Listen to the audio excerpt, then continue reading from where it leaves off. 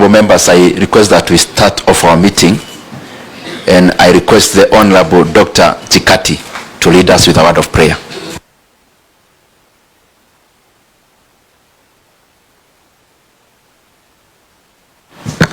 So let us pray.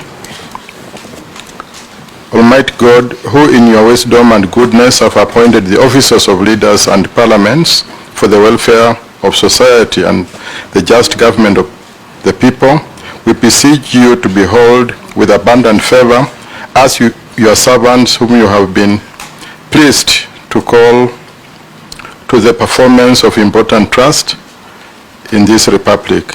Let your blessings descend upon us here as assembled, and grant that we treat and consider all matters that shall come under our deliberations in so just and faithful a manner as to promote your honor and glory, and to advance the peace, prosperity, and welfare of our country and of those whose interests you have committed to our charge. Amen. Thank you very much, Dr. Chikati. Again, members, we are now here for the afternoon session, and I want to request that we do a round of introduction. My name is Ndindi Nyoro, MP for Kiharu constituency and the chairman of the Budget and Appropriations Committee. And Master Mary, MP Teso South and the Vice Chair of the Budget and Appropriations Committee. I'm Peter Francis Masara, MP Sona West constituency. Ali Wario, member for Garsen, member of this committee. Masaka Bernard Shinali, MP Kolomani, a member of this committee. John Chikati, MP Tongaren, and member of this committee. Joseph Lekutron, MP for Laisamis, and a member of this committee. Kitila Yolentutu, MP Narok South, and member of this committee. Sam Atandi, member for Lagos Songa. Ruth Odinga, member of Kisumu County and a member of this committee. I'm Matthias Robi, MP Kuria West, member of this committee. I am Michael Mushira, MP Orojororok, member of this committee. My name is Danson Mwashako, member of Parliament Undani and a member of this committee. Amelia Diamo Mabona, member of Parliament Suban North, member of this committee and ranking member. Major Donk is my name, member of Parliament Abaka Central constituency, Nairobi County, and a member of this committee. Good afternoon, my name is David Ochieng, member for Ugenya, member of this committee. Good afternoon, my name is Japheth Nyakundi, member of Parliament for Kitutu Church North, and a member of this committee. My name is Kawanjiko, MP Kiamba, and a member of this committee. Christopher Seka, MP Quisero, member of this committee. John Paul Murigi is my name, MP Gembe South constituency in Meru County and a member of this committee. Thank you.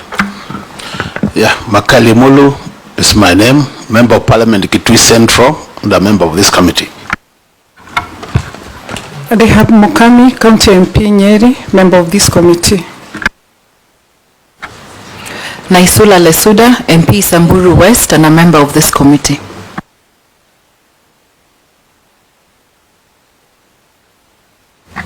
Dr. Masinde, Director, Parliamentary Budget Office.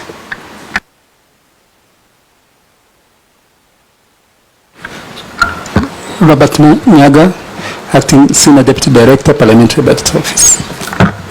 Dr. Abel Nyagwachi from Parliamentary Budget Office. Julie Mudiga from the Parliamentary Budget Office. Sylvia Ocharo, Policy Analyst. My name is Lois Solesia, Parliamentary Budget Office. Priscilla Ango, Parliamentary Budget Office.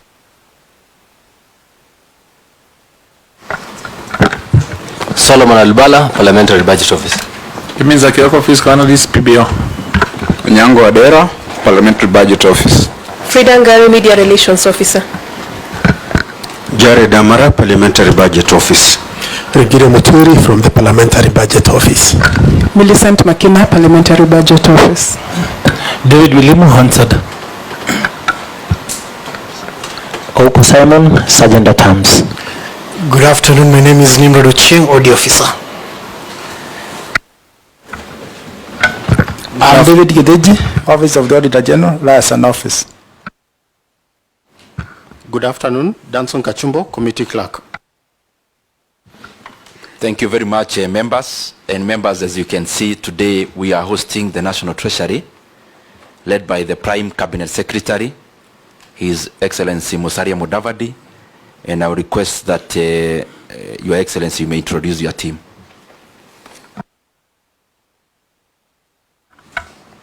Thank you, Chair. I'm Musalia Mudavadi, acting CS for the National Treasury. I'll request my colleagues to introduce themselves very quickly.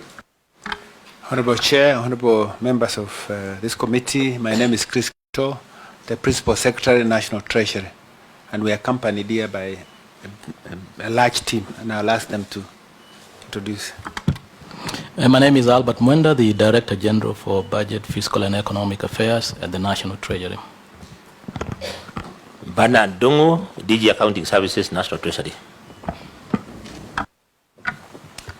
Good afternoon, honorable members. My name is Agnes Odhiambo, Advisor in the Office of the Prime Cabinet Secretary. Honorable Chair, honorable members of the committee, my name is Nick Piketty, Secretary, Legislative and Parliamentary Affairs, Office of the Prime Cabinet Secretary. Honorable members, my name is Peter Warutere, Secretary, Strategic Communication in the Office of the Prime Cabinet Secretary in Ministry of Foreign and Diaspora Affairs. Thank you. Good afternoon. My name is Samuel Okilu, Director of Planning, National Treasury. Good afternoon. My name is Eunice Kigen, Budget Department, National Treasury. Good afternoon. John Njera is my name, Director of Planning, Macro and Fiscal Affairs, National Treasury. Thank you, Chair. My name is Miriam Musyoki. I work under the National Treasury. My name is Nixon Murati. I work under the National Treasury. Good afternoon. My name is Anders Hachi, Press Service from the Office of the Prime Cabinet Secretary. Chair and honorable members, Isabella Koge is my name, Deputy Director, Parliamentary Affairs. Thank you.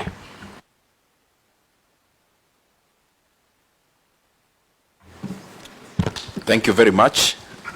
Members, again, I want to welcome you to this session.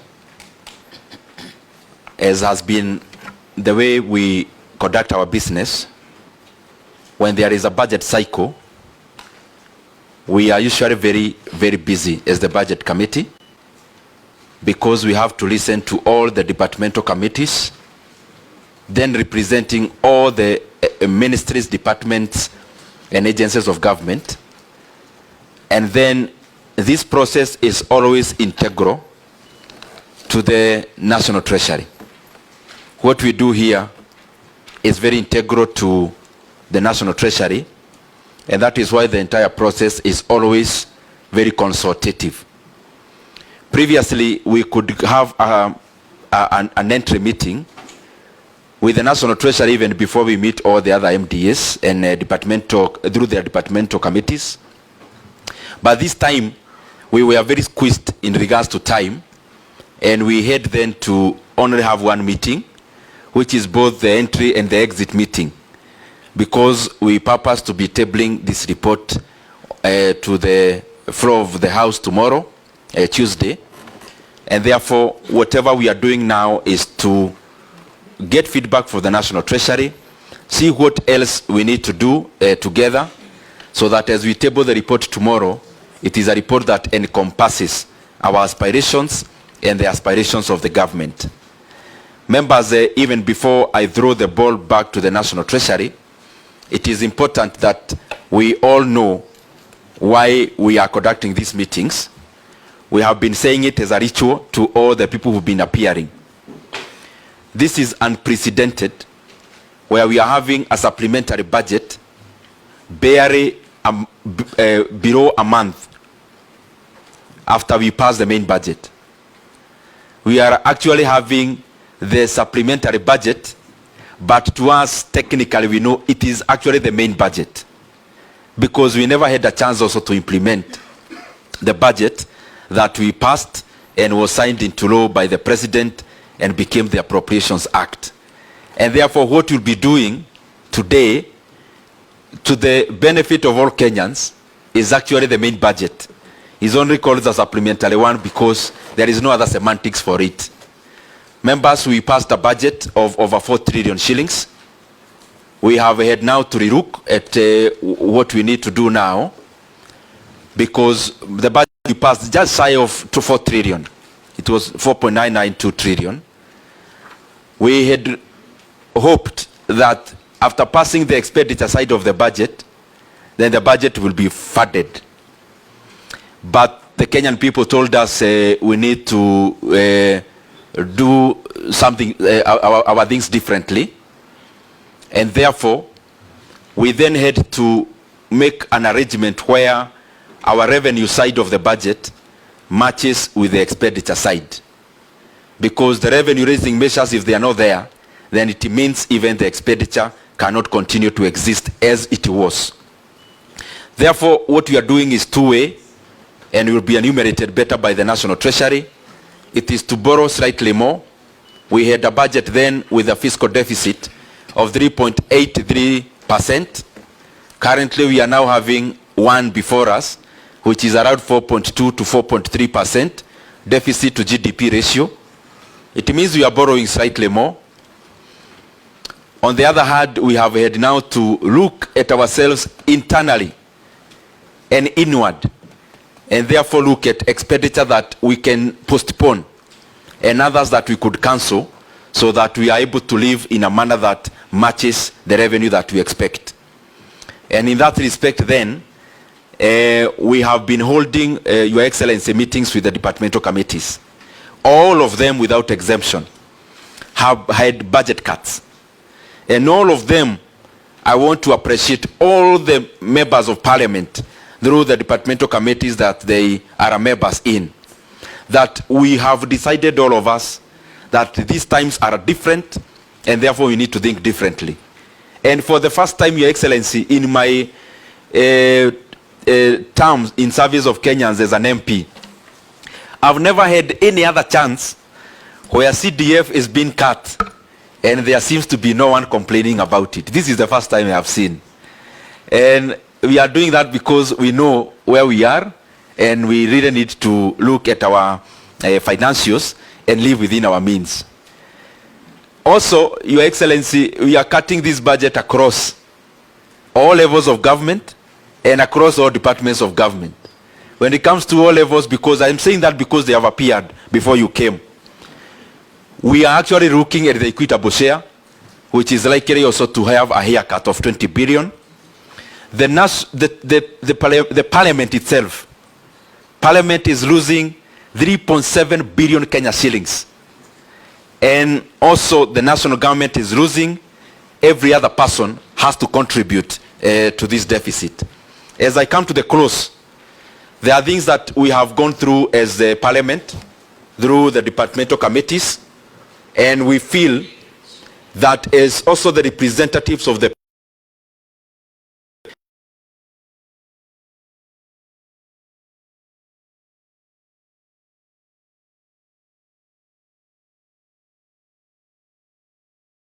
even if there is no enough money, there are things that we have decided that we must fund. One of those things, honorable members, is that we have decided, and the Education Committee appeared before us, that the 46,000 JSS interns who have been almost volunteering in our learning institutions, being paid monies that are not commensurate with the work they are doing, that we have to provide monies for their confirmation to permanent and pensionable terms. The second thing that we have looked at as the committee, and we feel it is very important for us to fund, is the UHC staff who have also been in those kind of situations. There are also some other staff within our healthcare who have also been in internships, and we are also looking forward into funding their confirmation into permanent and pensionable. The other thing that we looked at through the Departmental Committee of Agriculture is that we are going to be funding the fertilizer subsidy to a tune of 10 billion Kenya shillings. And on top of that, Your Excellency, also, we purpose also to fund other critical areas. For example, the new KCC, we are providing for them over 2 billion shillings.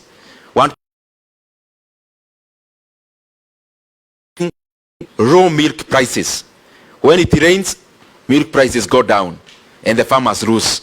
So we are giving new KCC 1.5 billion Kenya shillings to act as defense for the milk prices when it comes to what the farmers get, so that farmers can get at the very least 50 shillings per litre, and therefore we are providing for 53, so that at around 3 shillings we'll take care of the SACCOs management and the farmers get their fair share. We have also included monies for coffee, cherry fund, more over 2 billion shillings. We have also provided monies 2 billion to start clearing coffee debts for the coffee farmers. At the same time, we have provided monies for sugar reforms for sugar farmers who have had arrears owed to public factories, and also in terms of technology enhancement within the sugar sector, so that we improve the sugar sector to be sucrose based other than just weight. There are many things that we have considered, but I want to first stop there, even knowing that Your Excellency, there are expectations on this committee. We had the Maraga Commission, which went around our security organs, and they have there provided that our security officers deserve an immediate enhancement of their take-home and salaries. We are looking for ways, if it comes, we will be glad that also we honor the task force by seeing what we can do, so that we also incorporate their views in the budget making process. There are many things which I'm sure you'll be enumerating, and in that respect, I now want to throw the ball to the side of His Excellency Musalia Mudavadi, who is the Prime Cabinet Secretary. Karibu sana. Thank you, Chairman. Thank you for your comments, and also indicating that you have already led on austerity measures. I want to say that we concur with you, at least I do, that this is really unprecedented, because it's the first time in the history of Kenya that a supplementary estimate is coming into place barely a month after the new financial year comes into force. So we are truly living in completely uncharted waters, and therefore this calls for very tough measures. We'll give an outline from the Treasury perspective, and we've shared a document with everybody. There are some areas where there's concurrence, I'm sure, with what the committee has established, and there could be areas where there could be some variance. And I believe that the purpose of this meeting is to be able to enable us to close ranks before you make the final presentation to Parliament. I will take the members through this document so that we follow as I make comments, and then where necessary, definitely I have my technical team led by the PS. They'll be able to delve deeper into some specific areas that maybe require a more detailed clarification. But on a lighter note, Mr. Chairman, before I start making my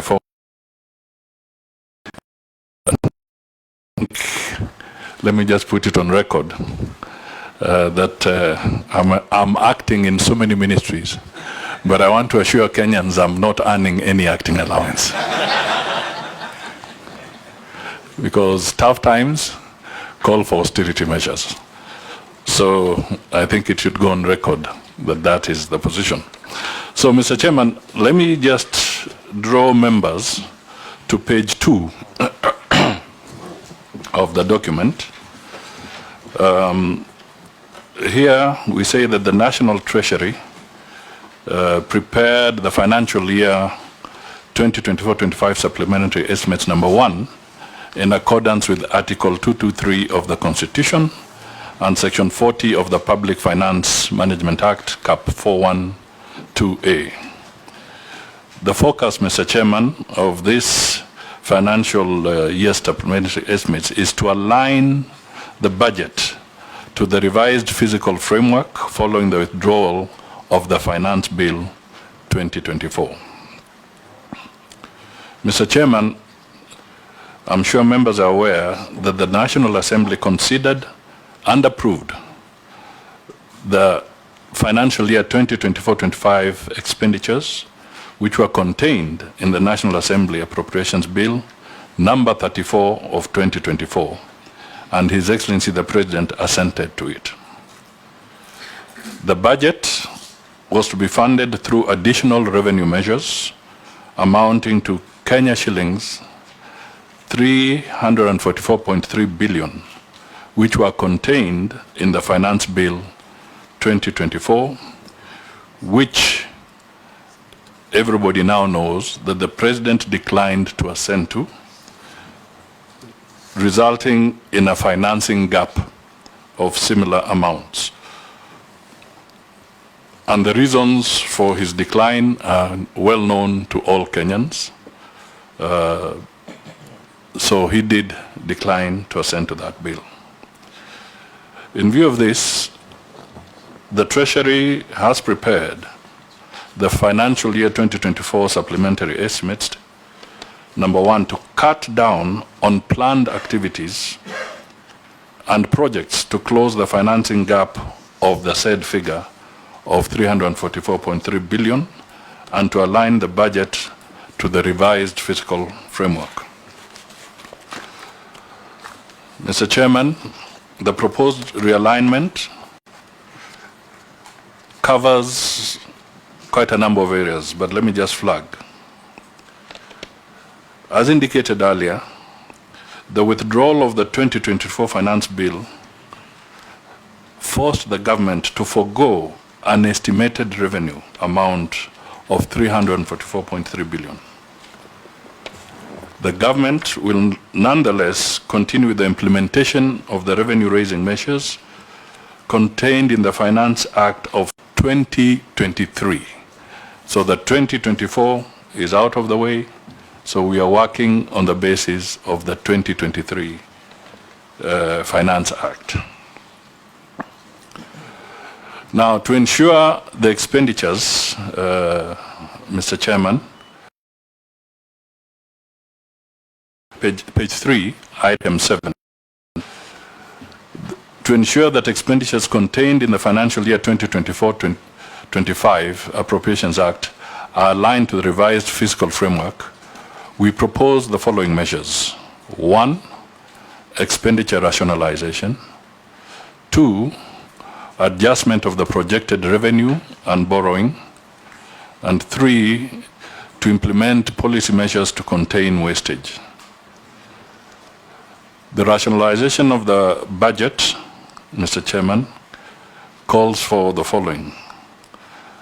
The National Treasury proposes to rationalize tax revenue, that is for GK funded, Government of Kenya funded expenditures, allocations in the recurrent and development budget for ministries and departments and agencies, including allocations to the constitutional commissions, independent offices, Parliament, the judiciary, and shareable allocation to county governments as provided in Table 1 in your document. So basically, Mr. Chairman, I'm affirming your position that everybody is taking a haircut. There's no exception whatsoever. Mr. Chairman, under item 9, on the development budget rationalization, because there's a table there for members to see, but I just want to talk to the points, and then we can come back to the table. We propose to rationalize the Government of Kenya funded development budget by 138.5 billion Kenya shillings, and this includes 8.3 billion from the NGCDF in synchronization with the revised revenue projections, 1 billion from Parliament, and 800 million from the judiciary. And at 10, we list some of the proposed development budget cuts. They will include some of these, not all, but we're just listing some. And there, Mr. Chairman, you will notice that we are going to have to slash 14.6 billion of public facilities. That is the last mile item. We will have to slash 14.1 billion from the roads, 6.5 billion from water, sanitation and irrigation projects, 6.5 billion from the police modernization project, 5.2 billion from the school infrastructure improvement, 3.3 billion for university infrastructure, 3.3 billion for settlement of the landless, 3.1 billion for action and equipping of TVET institutes, and 2 billion from the Hustlers Fund. So, Mr. Chairman, I'm just flagging this because the haircut that we are taking calls for very tough measures. Some of them are pleasant, but we have to do that. In terms of additional expenditure, we have proposed additional allocations for critical government programs in the financial year 2025, as indicated on paragraph 11, and you have touched on some of them. 2 billion for coffee debts, 1 billion for sugarcane farmers reforms, 500 million Kenya shillings for KCC factories to support the milk, 500 million for the tree planting programs, 450 million for the leather factory, Kenene leather factory, and 200 million for Hides Fund. Mr. Chairman, on paragraph 12, we also indicate that we close the year, financial year 2023-2024, with some carryovers amounting to 218.5 billion. And out of this amount, we propose to factor 68.1 billion in the financial year 2024-25. That means we are bringing it back into that. And this will cover 23.8 billion for pensions and gratuities, 30.8 billion for transfer to counties, and 13.5 billion for the NGCDF. Mr. Chairman, in view of the above adjustments in the development budget, some of the key areas to be funded in the financial year 2024-25 development budget are also provided in table 2. So that gives the detail, and the total amount we are talking of is 203 billion Kenya shillings, 203.3 billion Kenya shillings.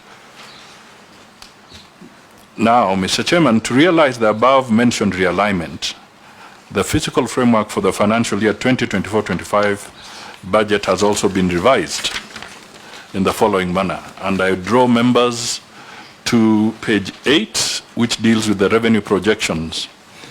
Paragraph 15, the total revenue, including appropriations in aid, has been revised to 3,057.4 billion. That is 3 trillion, basically, which amounts to 16.9% of GDP, and it comprises of ordinary revenues of 2.6 trillion and A&A of about 425 or 26 billion. The point figures are there.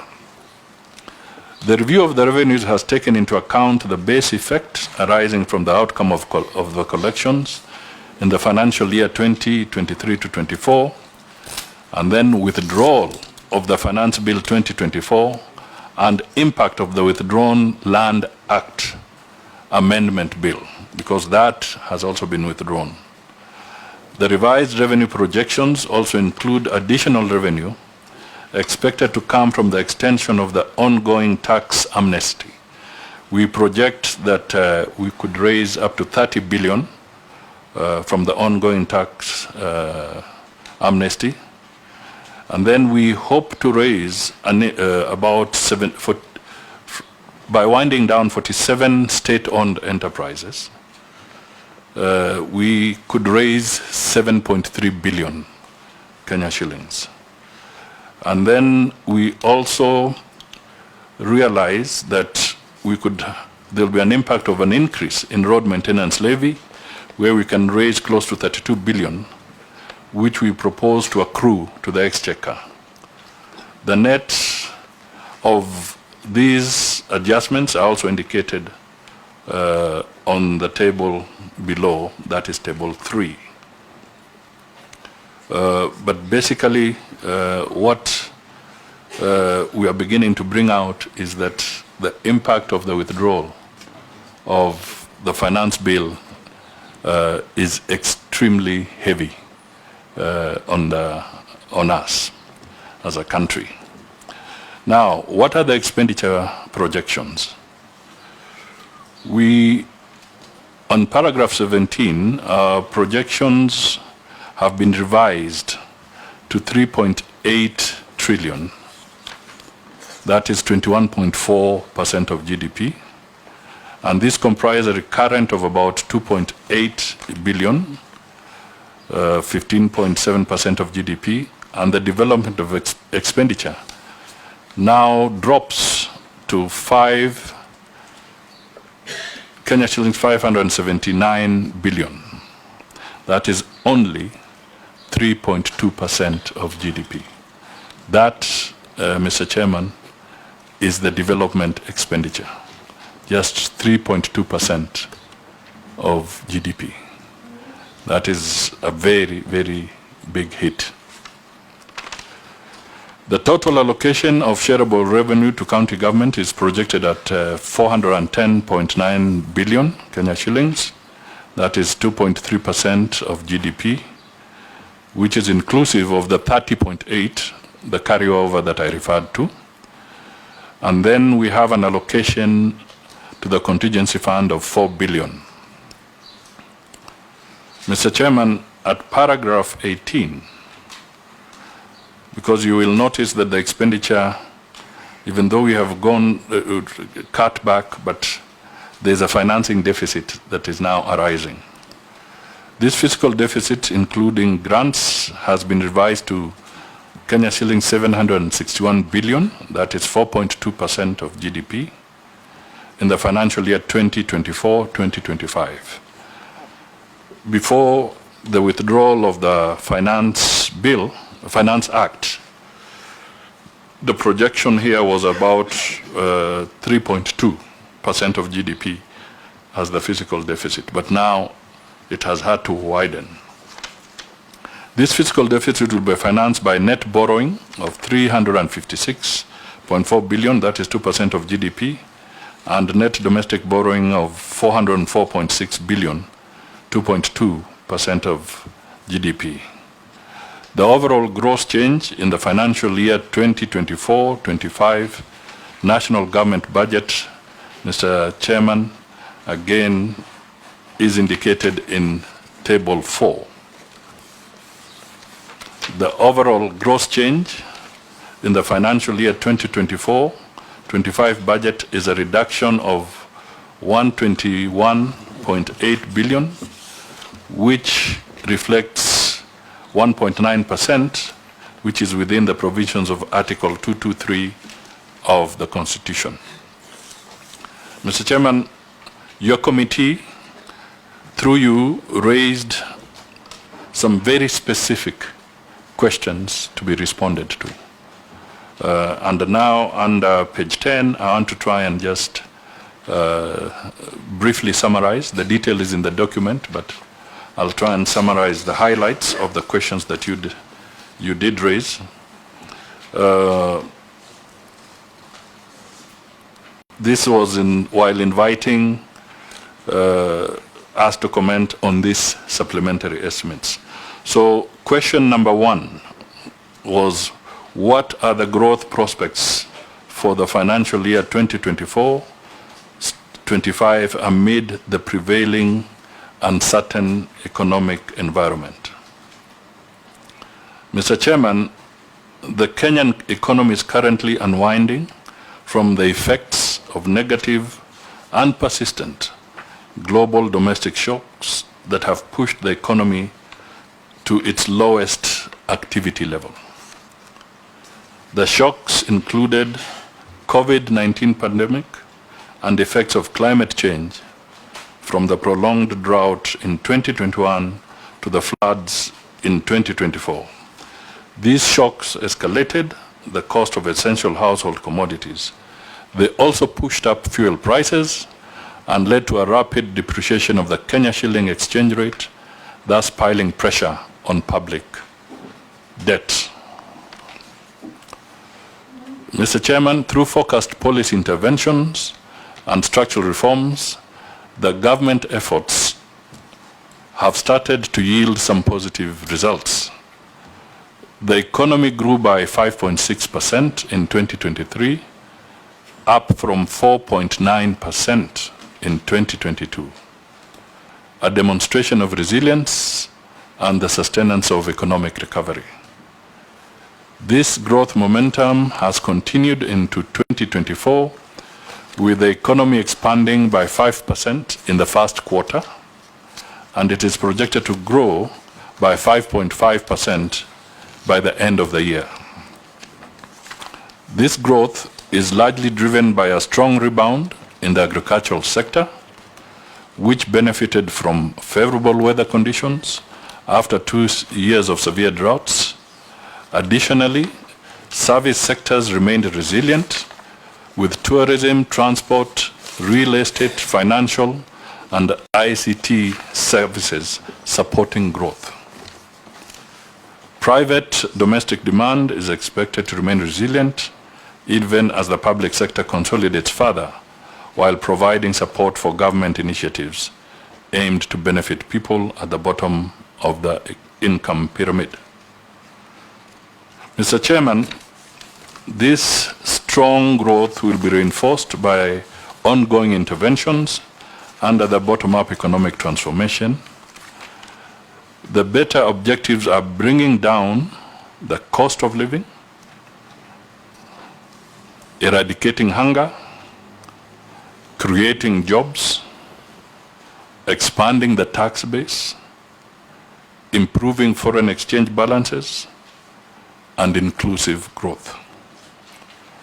The MTP4 adopted a value chain approach with the better core pillars and key enablers clustered under 5 sectors, that is finance and production, infrastructure, social, environment and natural resources, and governance and public administration.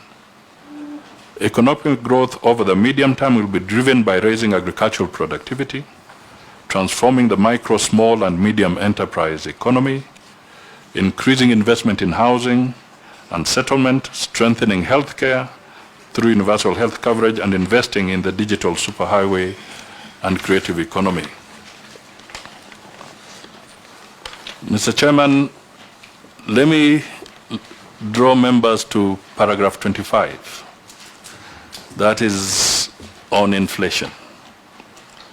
Inflation is now firmly under control at 4.6% in June 2024, from 7.9% in 2023, and a peak of 9.6% in October 2022, due to easing of food and energy prices. The appreciating shilling produced a strong pass-through effect to lower domestic prices, supported by a tight monetary policy stance and interventions by government in providing subsidized fertilizer and seeds, which continue to lower the cost of food production, but also revitalize agricultural production. Inflation is projected to remain within the target band over the medium term. Mr. Chairman, as you know, the target band is between 2.5 up to 7.5. Tight monetary policy to stabilize inflation has led to rising interest rates and a slowdown in the growth of the private sector credit. The interbank rate increased to 13.3% in June 2024 compared to 9.6% in June 2023, while the 91-day Treasury bills rate increased to 16% from 11.5% over the same period, thereby increasing the cost of borrowing by government from the domestic market. So, Mr. Chairman, the flip side is that when we don't have revenue, then government has to borrow. So the interest rates are beginning to rise in the domestic market because now the government is beginning to re-enter into that space. Commercial bank lending to the private sector declined to grow by 4.5% in April 2024 and 7.9% in March 2024, down from 13.2% in March 2023. This has had negative effects on private sector activities. The consequences of fighting supply-driven inflation is that it has negative effects on economic vibrancy in the short term. So basically, we are living in a dangerous situation where we are beginning to slow down the private sector from a trajectory that was picking up. Mr. Chairman, the current account balance or the current account deficit improved to 3.9% of GDP in the 12 months to April 2024, down from 4.7% of GDP in a similar period in 2023. And this was supported by 7.7% decline in goods imported, reflecting lower imports across all categories except machinery and transport equipment. Here you can also say that we benefited from the increased food production, and therefore there was less of food imports. Our exports increased by 2.9%, reflecting increased exports of agricultural commodities and re-exports. Mr. Chairman, tourism receipts rebounded faster than anticipated to their pre-COVID-19 levels. Tourist arrivals improved by 27.2% in the 12 months to March 2024, compared to a similar period in 2023. So that was a real good show from the tourism sector. Mr. Chairman, remittances increased by 12.8% to US dollars 4.5 billion in the 12 months to May 2024, compared to 3.997 billion over a similar period in 2023. This increased forex inflows into the country. Some went to investment while others supported household consumption. That means there's a very strong growth in the diaspora remittances. Mr. Chairman, tight policies and flexible exchange rates, coupled with initiatives to attract foreign direct investment and enhance export performance, are anticipated to help stabilize the current account deficit around 4% of GDP in the medium term. So whatever we do, we must make sure that we are not chasing away foreign direct investment as a nation. Mr. Chairman, our foreign exchange reserves, the official foreign exchange reserves, which stood at 7.8 billion US dollars, that is an import cover of 4 months, 4.1 to be precise, was available up to May 2024. And this continues to provide adequate cover and a buffer against any short-term shocks in the foreign exchange market. The exchange rate to the dollar has stabilized in the range of 128 to 131 since February 2024. The exchange rate to the dollar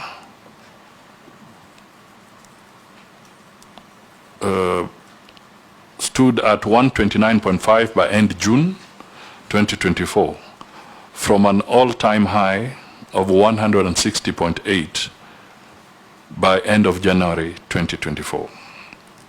Through the repayment of the 2024 Eurobond, the government successfully removed the investor uncertainty and market perception improved significantly. The appreciation and stability of the exchange rate has created confidence and triggered inflows of foreign direct investment and attracted investors to the Nairobi Securities Exchange. This appreciation has helped to reduce debt service costs, improve performance of domestic borrowing, and stabilize interest rates. Mr. Chairman, the technical people will be able to give some greater light on the actual numbers around the debt that we have settled, public debt, particularly external. I think it's important that this comes out so that Kenyans can appreciate the magnitude of this challenge we are facing.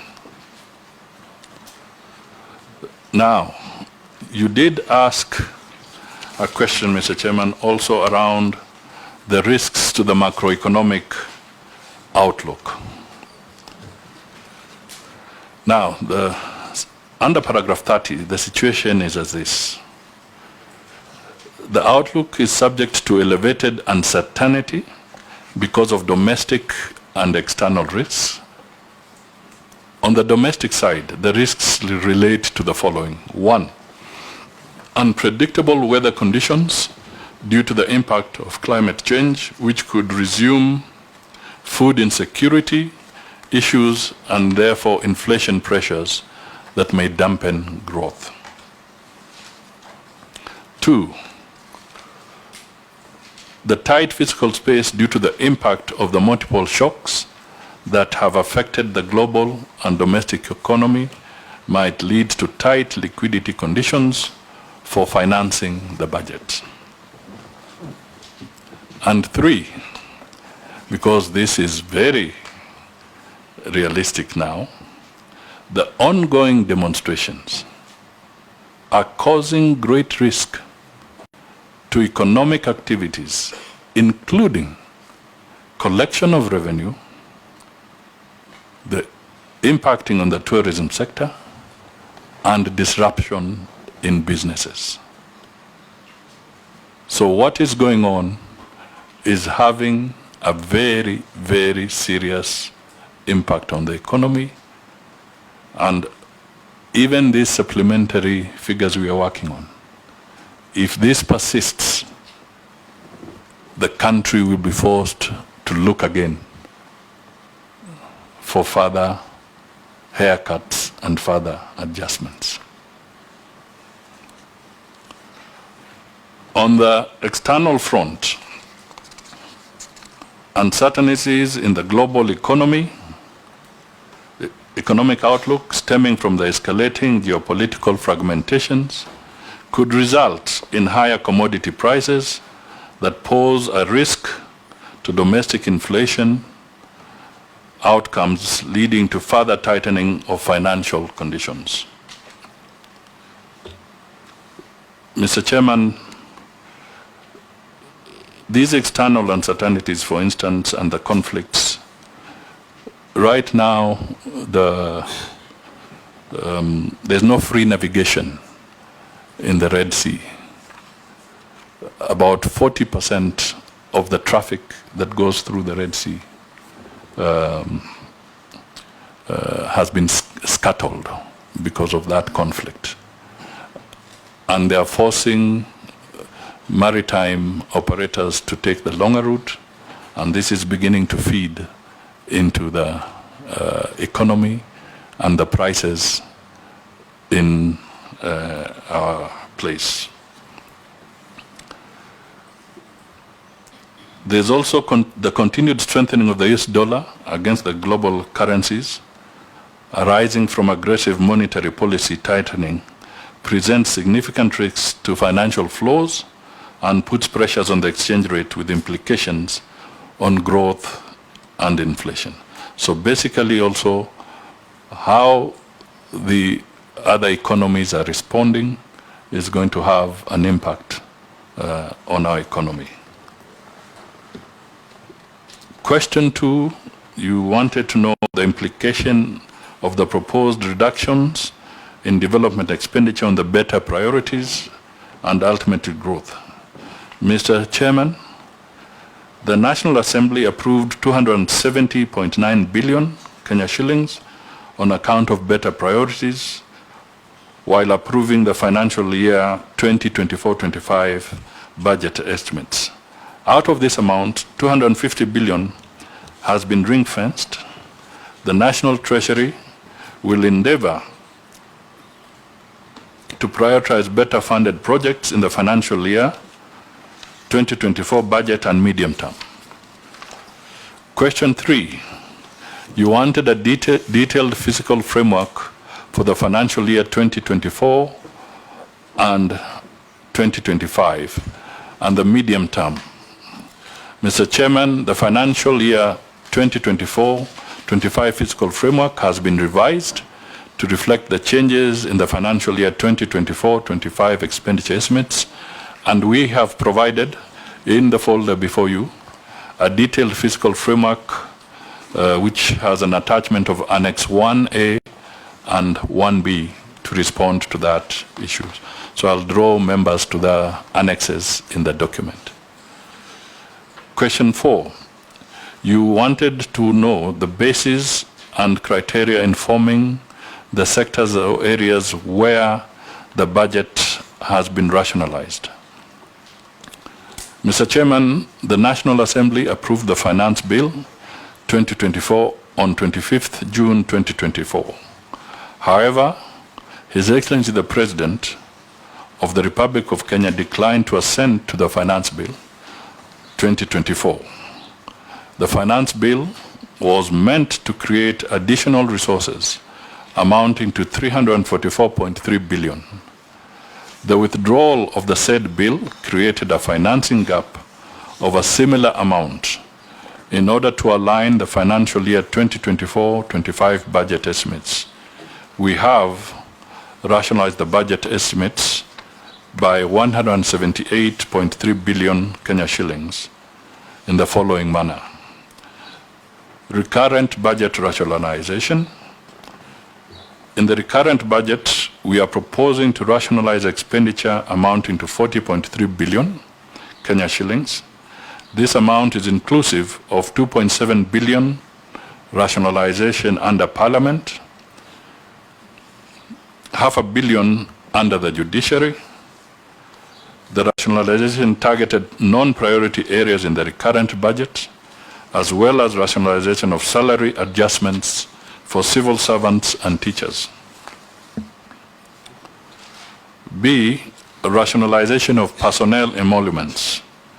Mr. Chairman, we propose to rationalize allocations for phase 2, salary adjustments for teachers and civil servants amounting to 15 billion Kenya shillings.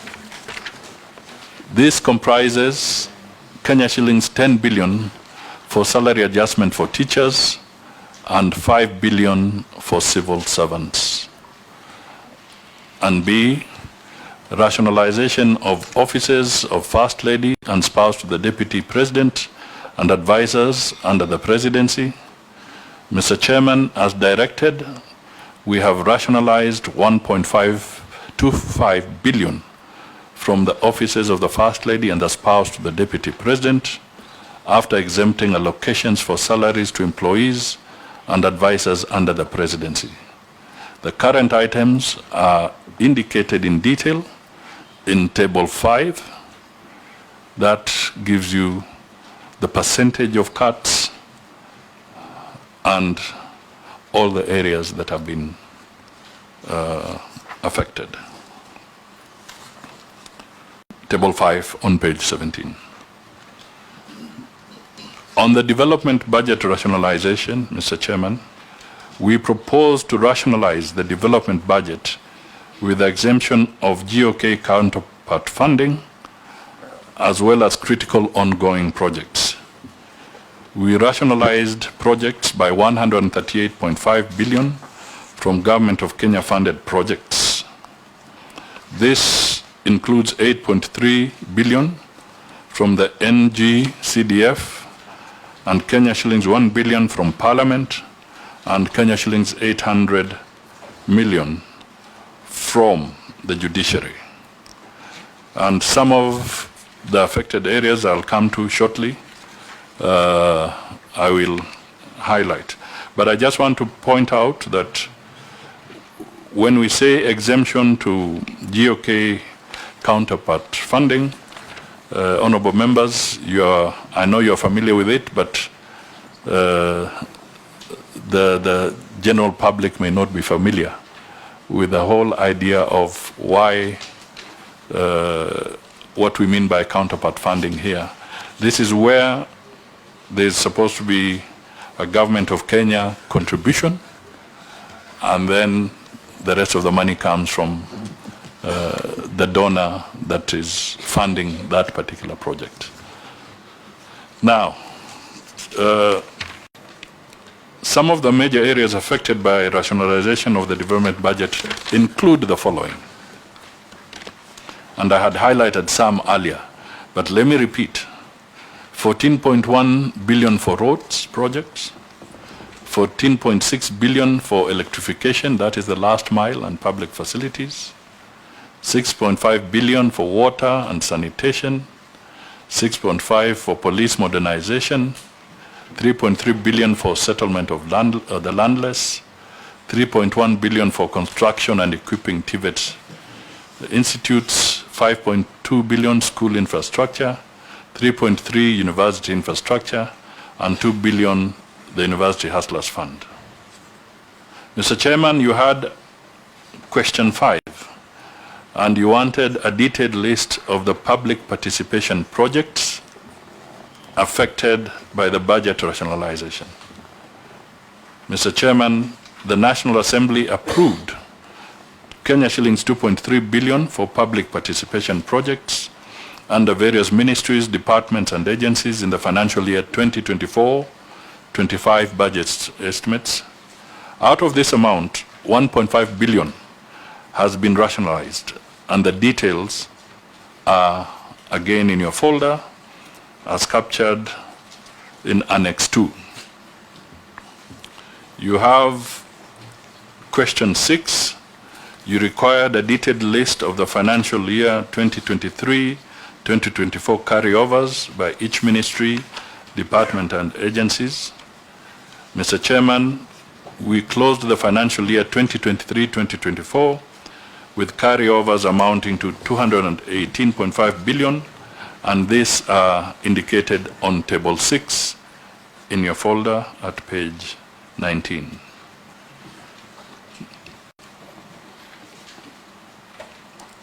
Now, Mr. Chairman, I think there are some indications of the highlights with that Kenya has with the International Monetary Fund program. I'll try and go through them very briefly, and then if there are details, again the team is here to respond. But Mr. Chairman, I think I may want to flag one thing, that when we talk about the IMF, I think it's important for the Kenyan out there to know that we are members of this institution. We are also members of the World Bank. Because we tend to talk to them or talk of them as if they are aliens. But it is important for the Kenyan people to know that in simple language, we are subscribers or shareholders within these institutions. I think that's the simple language I would want to communicate to the Kenyan public, because we tend to talk of it as if we are not part of them and so forth, but it's important that this comes through. Now, the highlights are as follows. Mr. Chairman, we have just concluded the 7th review of our program with the IMF. Based on our preliminary assessment, we met the end June 2024 quantitative performance criteria, targets on net international reserves, basically including no new domestic guarantees and present value of contracting or guaranteeing of new external debt, and the continuous of ensuring that there are no new external payment arrears. So basically there were targets of various quantitative performance criteria, including, and you can see that, making sure that we minimize the accumulation of external arrears, which means the government of Kenya had to make sure it's paying promptly. We, however, did not meet the end June 2024 criteria on the primary budget balance and tax revenue, for which we have sought waiver based on commitment to pursue fiscal consolidation. And this is, of course, compounded by the fact that the Finance Act is now not there. So clearly, the issues around the projected tax revenues and so forth can no longer stand as they were. We had other targets, which, Mr. Chairman, I think in the interest of time, maybe I'll just highlight they are technical in nature, but we had targets which maybe I can just focus in addition around the tax area. The main fiscal quantitative performance criteria targets for the financial year 2024-25 are 1 billion primary surplus of 240.2 billion ordinary revenue and 2.6 billion tax revenue. In addition, we have the following indicative targets. We need to collect 2.3 billion, and we have to stop accumulation of pending bills. But this now will not be a reality as we go forward. We also have to minimize accumulation of exchequer requests, and we have to focus on spending priorities that have a proper impact socially. So, Mr. Chairman, the issues around the IMF, maybe look at paragraph 44, because the others are largely technical, and I'm trying to leave that to the committee to look at. The following benchmarks were not met and have now been rescheduled to be completed in the near term. 1, cabinet approval of strategy options for restructuring Kenya Airways by end of April. This was rescheduled to end July 2024. We also have to get cabinet approval and publication of an updated inventory and a new classification of state corporations that will apply across the government in line with the National Treasury strategy for improving financial oversight at state corporations document. You know, Mr. Chairman, as we deal with the state corporations, we make progress on one side and we have challenges on the other.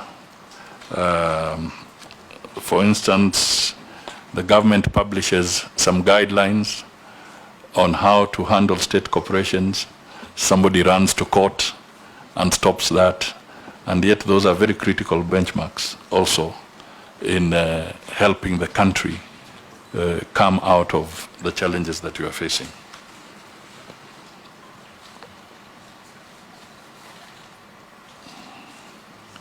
The National Treasury, amongst other things, is also supposed to submit to Parliament legal amendments to anchor the state corporations' ownership policy and other state-owned enterprise blueprint measures so that they can be put into law.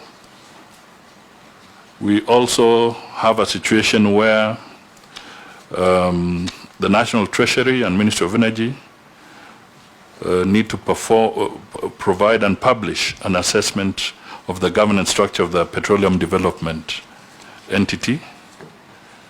And Mr. Chairman, I want to say that in spite of all these challenges, the Treasury has had a very robust engagement with the International Monetary Fund, even in the midst of the challenges we've been facing. And the government has submitted for approval to the IMF Executive Board our program, our economic policies and programs, and we know that the IMF board will be meeting at the end of August 2024, and it is our desire and hope that Kenya's proposition will receive favorable consideration so that we can move beyond the challenges we are facing. Finally,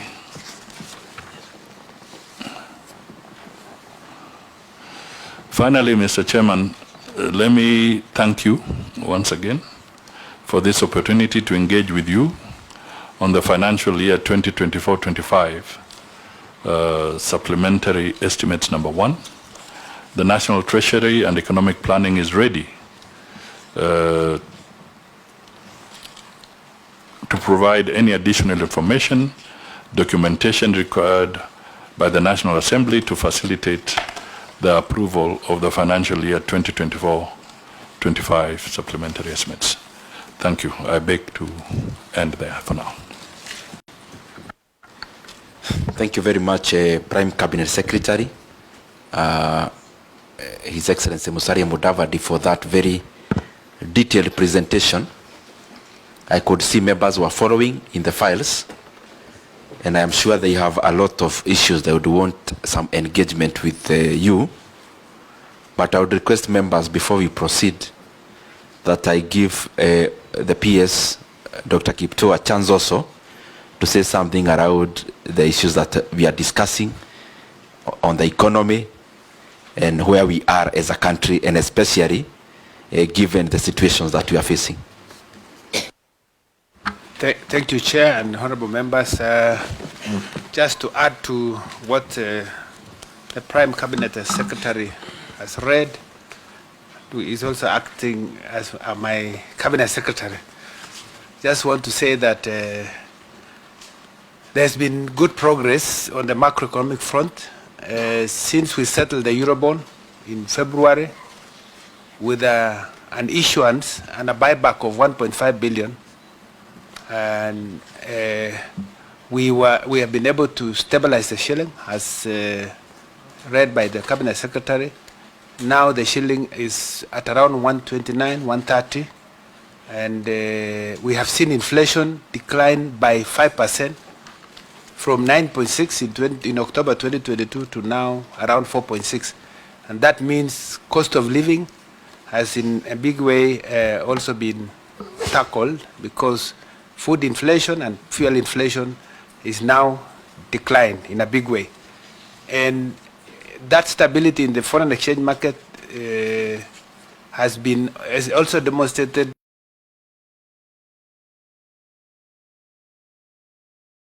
in Kenya.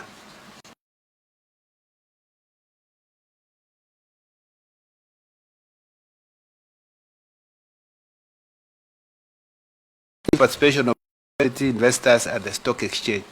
So far, from a macro front, especially on inflation and the exchange rate, I think it's good. Of course, interest rates remain high, and that is also driven more by the fiscal front, where we have not been able to collect enough revenues as planned. We crossed the year with 220 billion exchequer requests, which we could not pay because what KRA collected was not enough. And that includes what we have carried over in the budget, the CDF of 13.5 billion. It also includes for counties about 31 billion, and for pension around 31 billion, which has been reduced to around 26 billion now. So I think you will see that in the budget policy statement which we issued for public participation, our expenditure was 4.2 trillion, but which we worked very hard to try and reduce that to 3.992, which is the budget we submitted end of the year. So there was already a cut of about over 200 billion, which is why when you look at the cut, that table that Prime CS showed you on expenditure cuts, you will see, for instance, communication supplies and services is now being cut only by 20%. It's not because we are leaving out this. It's because the earlier cuts had affected more on domestic travel, foreign travel, and other recurrent expenditure which we found necessary. But even with having cut that budget to 3.992, the failure to assent to the finance bill by the president meant that we had to cut back again the expenditure. The instructions we had, if you listen to the president that time when he did not assent, was that we cut the budget by the equivalent of what we did not realize in the finance bill. But having gone through, we of course had to do what the Prime Cabinet Secretary has indicated. We had to set aside some of the critical items, what are important for this government, as tabulated already in the list that was given. And we were able to ring fence up to 165 billion exemptions, as you see on page 4. And but this is a big cut of development. And I have been receiving calls from my colleagues, accounting officers, virtually everybody complaining of huge budget cuts. I have never seen this. It is unprecedented. It's a place, as a technical person at the National Treasury, I wouldn't like Kenya to be in. I seek that we find ways to get out of this quickly, to get back to normalcy. Because with so many contracts already in place, and you don't allocate budget, it means we'll have challenges of contractual obligations, potential litigation in court, and that is not good for us. It is important we provide the budget, and the fact that we don't have also money being spent by government, it means liquidity in the market will decline, and all the gains we have achieved are likely to be undermined. So I wanted just to say it has been a good opportunity for us at National Treasury to, this crisis has helped us to look at the expenditure side and address on a permanent basis some of the areas we feel could have been areas of waste. But I think the pendulum has swung too much, to the extent that I think we have cut to almost everyone and is unable to perform. So the solution could have been more expenditure cuts. But if you look at what you have there, if you do some maths, we have a budget of 3.83 trillion. Is it 3.87 trillion, out of which recurrent is 2.8. Of that 2.8 trillion of recurrent, what we call CFS, Consolidated Fund Services, is 1.2 trillion. And if you take the revenues that are estimated in what you see there of ordinary revenue of 2.6 trillion, it means we are spending 45% of the revenues we get from KRA to just pay interest for loans that we have taken, and a bit on, if you isolate the pension, actually we are saying for every 4 shillings we are getting from KRA, we are spending to pay debt. So one of our biggest problems is the stock of debt that we have, which is piling up, because in the fiscal framework, the assumption is that you keep rolling over on the domestic debt, even when you pay interest payment. We have just settled now, today, we have paid 60, how much is it? 74 billion shillings that we have paid out of the revenues we had to accumulate to settle the Chinese debt. This month, and no, actually today is when we were paying off to settle the Chinese debt of 56 billion. And you can get other details for the rest of that make up to 74 billion.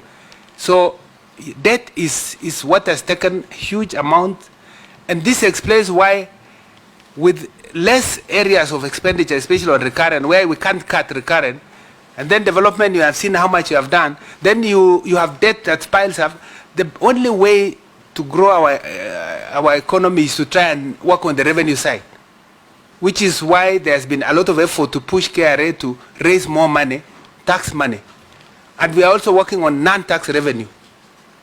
And this debate, especially on finance bill, I think also is going to help Kenyans to now understand, because it seems to be there's always confusion between an appropriation bill and a finance bill, so that when we present a budget and you have a finance bill, one might want to say we don't need a finance bill. We needed the additional revenue because this year is different from last year. The children that have gone to school this year are more, so we're required to give more money to the children who have gone to school, and other needs because of the increase in population. So I think what I would only plead is we need to find ways to get back quickly so that we collect the revenues that we require so that our country can move in a normal way and we do well like the other countries, because I think we are a work in progress as a country, and we are a great country, potential, with a lot of resilience. Even with the challenges we have, we still are growing. Our growth is now 5.6, and despite all the challenges, if we only brought in the normalcy, I think we will do well. So on the side, under the CS and others, we are pushing KRA on tax administration.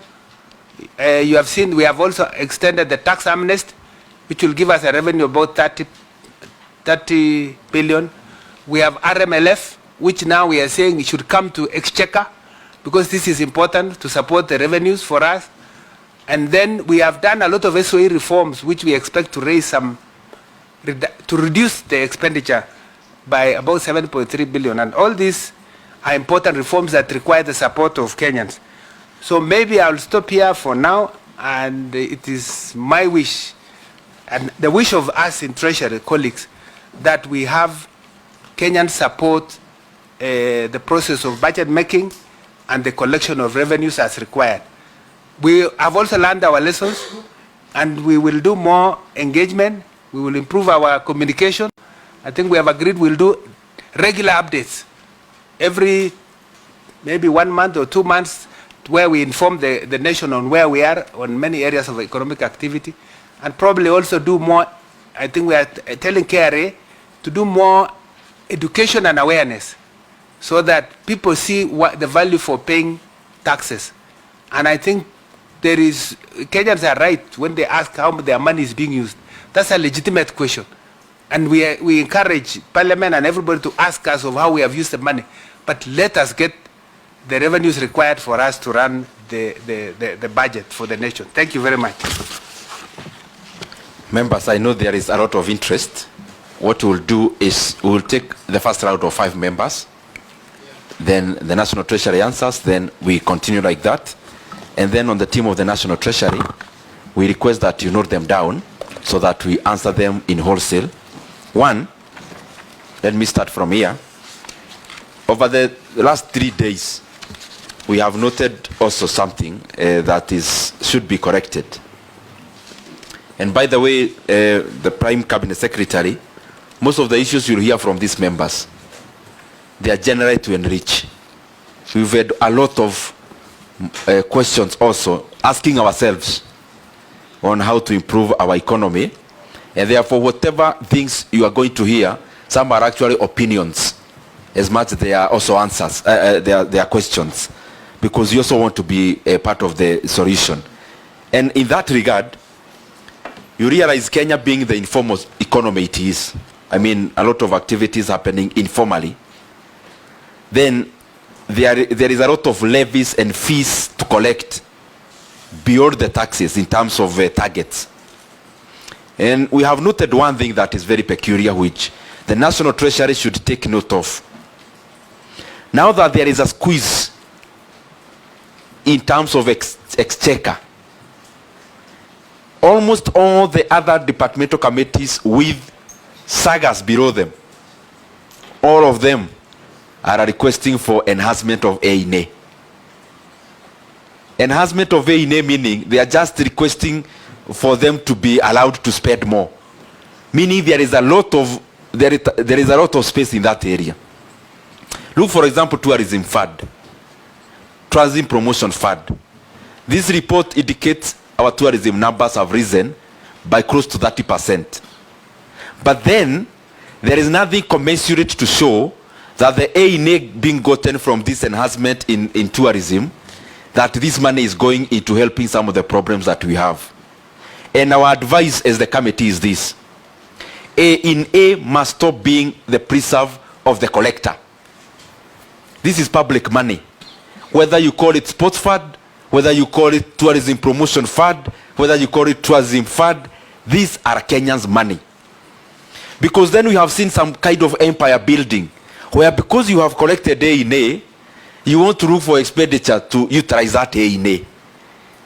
Treasury must initiate at this process, taking care of the current situation you are in. You must initiate changes in law. I know it's our work, but also you know what to do as a National Treasury. We open up the fund of tourism. We open up a sports fund. We open up all the other funds, including the one for CA, that this money cannot continue to be constrained to be used for specific purposes. SOEs is the same. The only detail we have as a committee is transfer to this agency. But the truth of the matter is that PSN, you know, civil servants in Kenya are not the problem when it comes to recurrent expenditure. The problem is neither the people seated in this hall. They could be, but they are a little problem. The bigger problem is SOEs, state-owned enterprises and parastatus. We must find a way of getting the fresh out. Just the same way everyone has gotten a haircut, it cannot continue being that the budget making process, so to say, of Kenya Pipeline, of Kenya Post Authority, of all the other cash-rich agencies, that the board, that it stops with the board. It cannot continue to be like that. And I want you to check something called IRA, Insurance Regulatory Authority.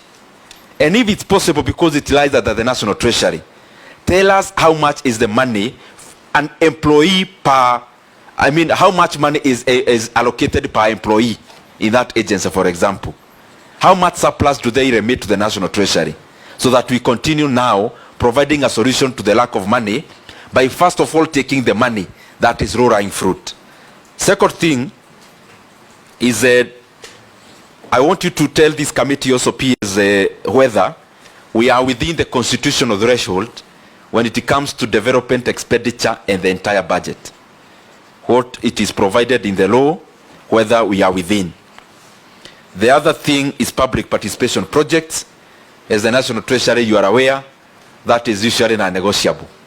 Because Kenyans have already proposed these projects, they are waiting for them, and therefore the haircut of 1.5 billion cannot be permitted.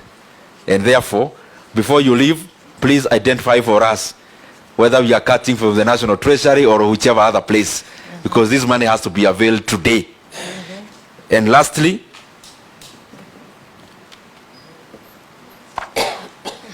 taxes. If you have this, you can give us an answer. Kenya, I have said before, is most of our activities are informal.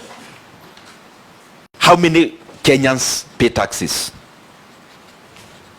Vis-a-vis, so if you have the number, how many Kenyans are working? What is the working population in Kenya? And number two, how many of those pay taxes? Let me go to Honorable Vice Chair first. Thank you, Chair. Let me just appreciate His Excellency Prime Cabinet Secretary and your team for a very good job. I have a few concerns. Let me go straight to the first one. And I think before I say that, I must say this is a very healthy conversation, Chair. And this revision of the budget and the submissions from National Treasury goes forward to allay the fears that the finance bill was still alive, the finance bill of 2024-25. So this is a confirmation that that finance bill is dead. That is why we are here revising the budget.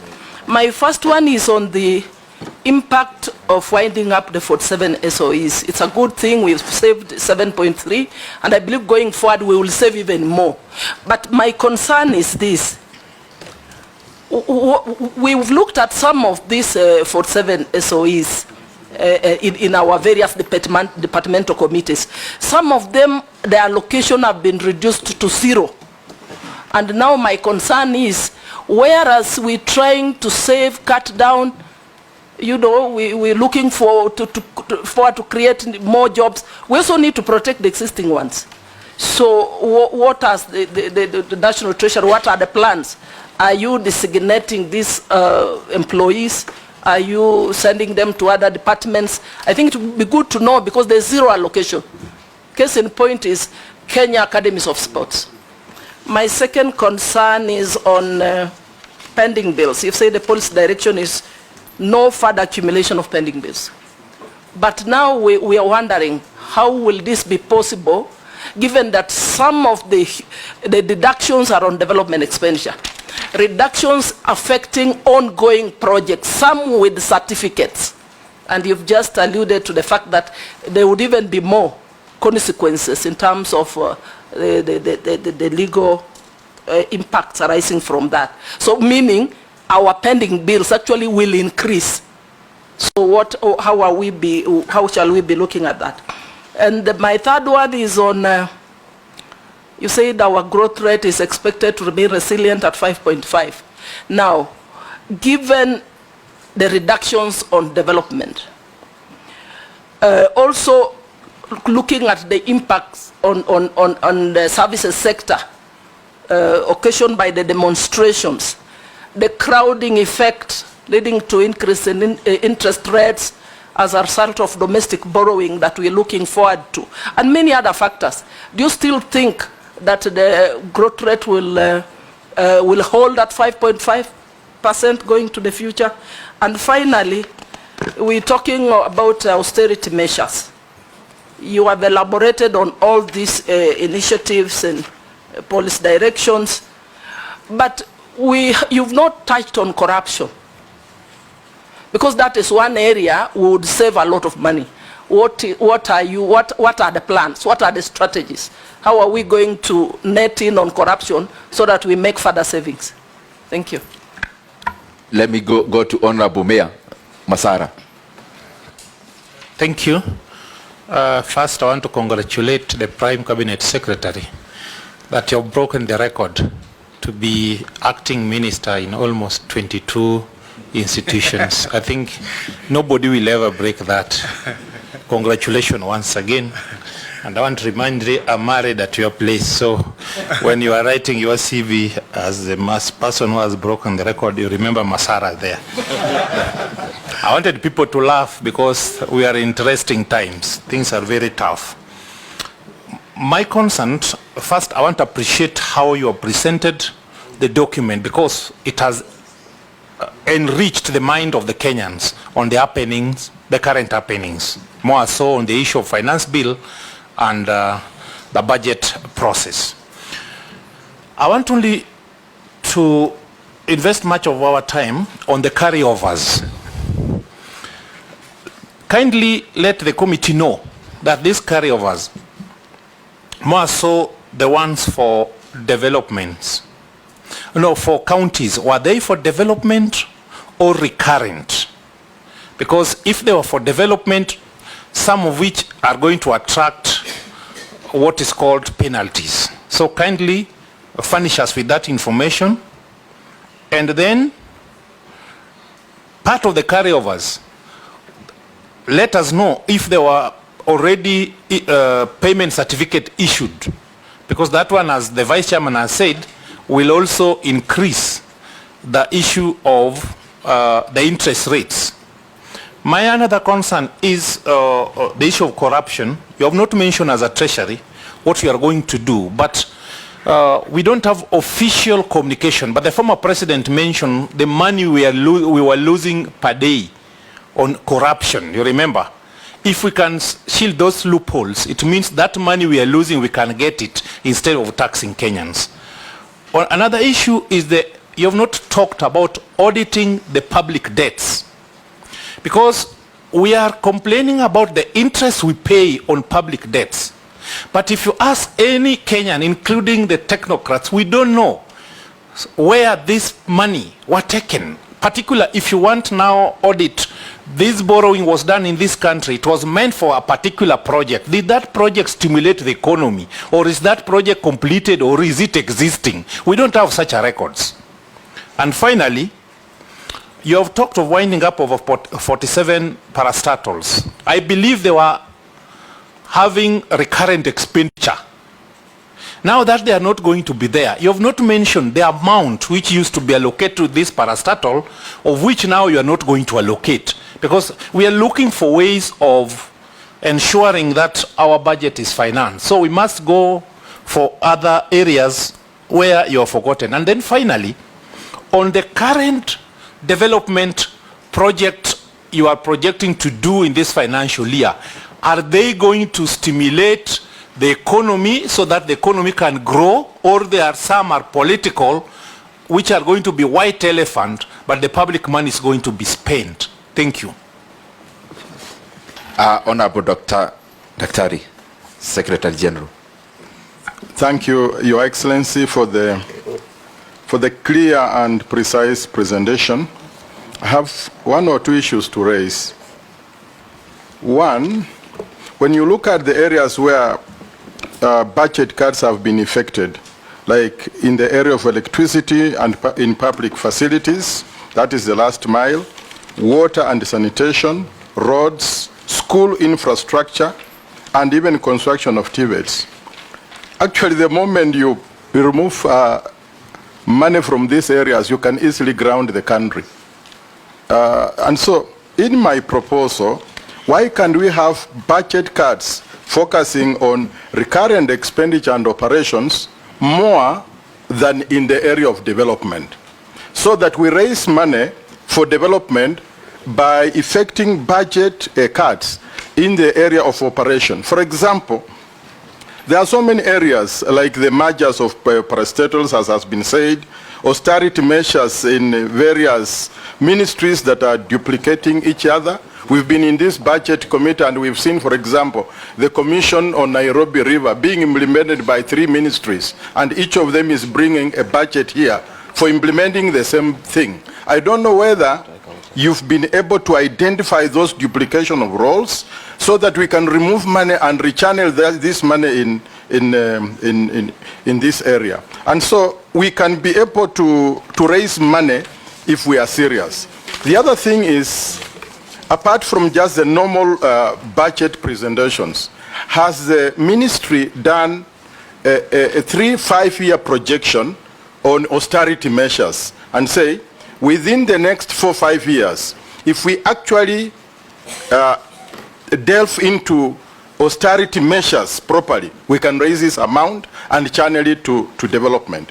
Finally, what is the impact of the pending bills of 2023-2024 financial year to the 2024-2025 budget? What is the fate of this carryover? Thank you, Chairman. Then we go to Honorable Miri Mabona. Thank you, Chair. And I want to thank the Cabinet Secretary and the entire Treasury for a good presentation. And Chair, I just want to say that I support the budget cuts, and even though that I think we can reduce even further. I think I'm not saying just because of what is happening here. I have actually said it before in this committee, because we need to be very realistic in the way we do our budgeting. I saw a comment by one of the Genz that was actually equating our national budget to our own family budgets. And if you have only 10,000 Kenya shillings and you need to do food, buy food and buy shoes, you can't do shoes and then leave food. But the way we have been budgeting is actually the opposite. We are buying shoes and leaving food. And when we do that, then there is pressure for us to increase revenue, and hence the finance, infamous finance bill.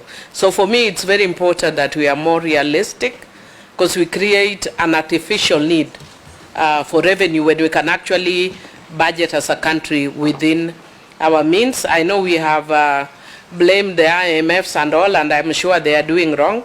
But first, let us point fingers at ourselves before we point fingers even at the IMF, because there are things we can do at home that don't need to put those kind of pressure on us.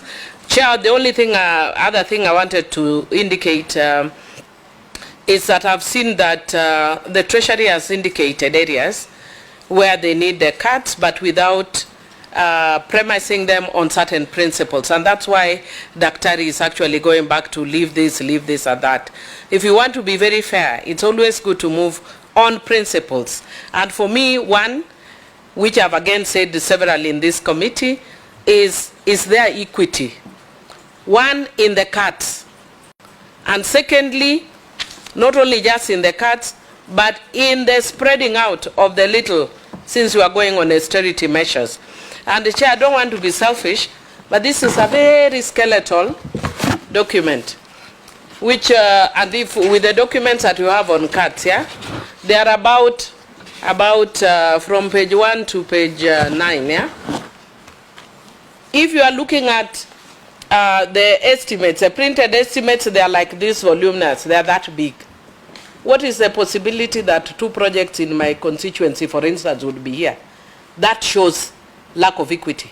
I don't mind programs in my constituency being removed for us to deal with the issues of austerity now and to deal with the crisis in the country, but there must be equity, both in cuts and also in spreading out what is remaining. Secondly, we must look at or preserve the pro-people project, the one that reaches people directly, especially Gen Zs, in terms of job creation, but also in terms of training.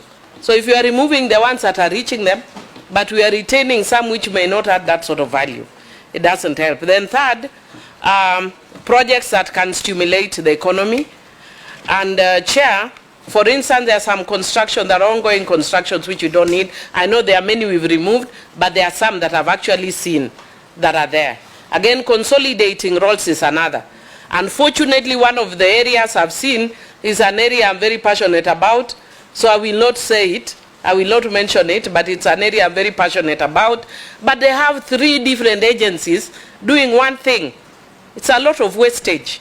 And if you are serious, and that's what part of the conditionalities I think that IMF has given us, but we are going round and round like we are not able to. Again, Chair, the issue of public participation.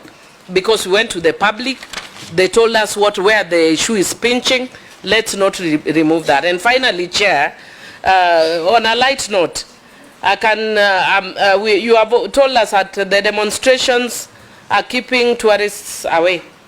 But I actually think it's the opposite. If you can actually do away with the police beating demonstrators and the goons that are somehow infused, why? Because Ugandans will come here, Nigerians will come to see our Gen Zs are actually demonstrating with style, you know. They are good, they dance, they do no peaceful, no distraction, so we can actually use it to bring more tourists. So just be nice to the Gen Zs. Thank you, Chair.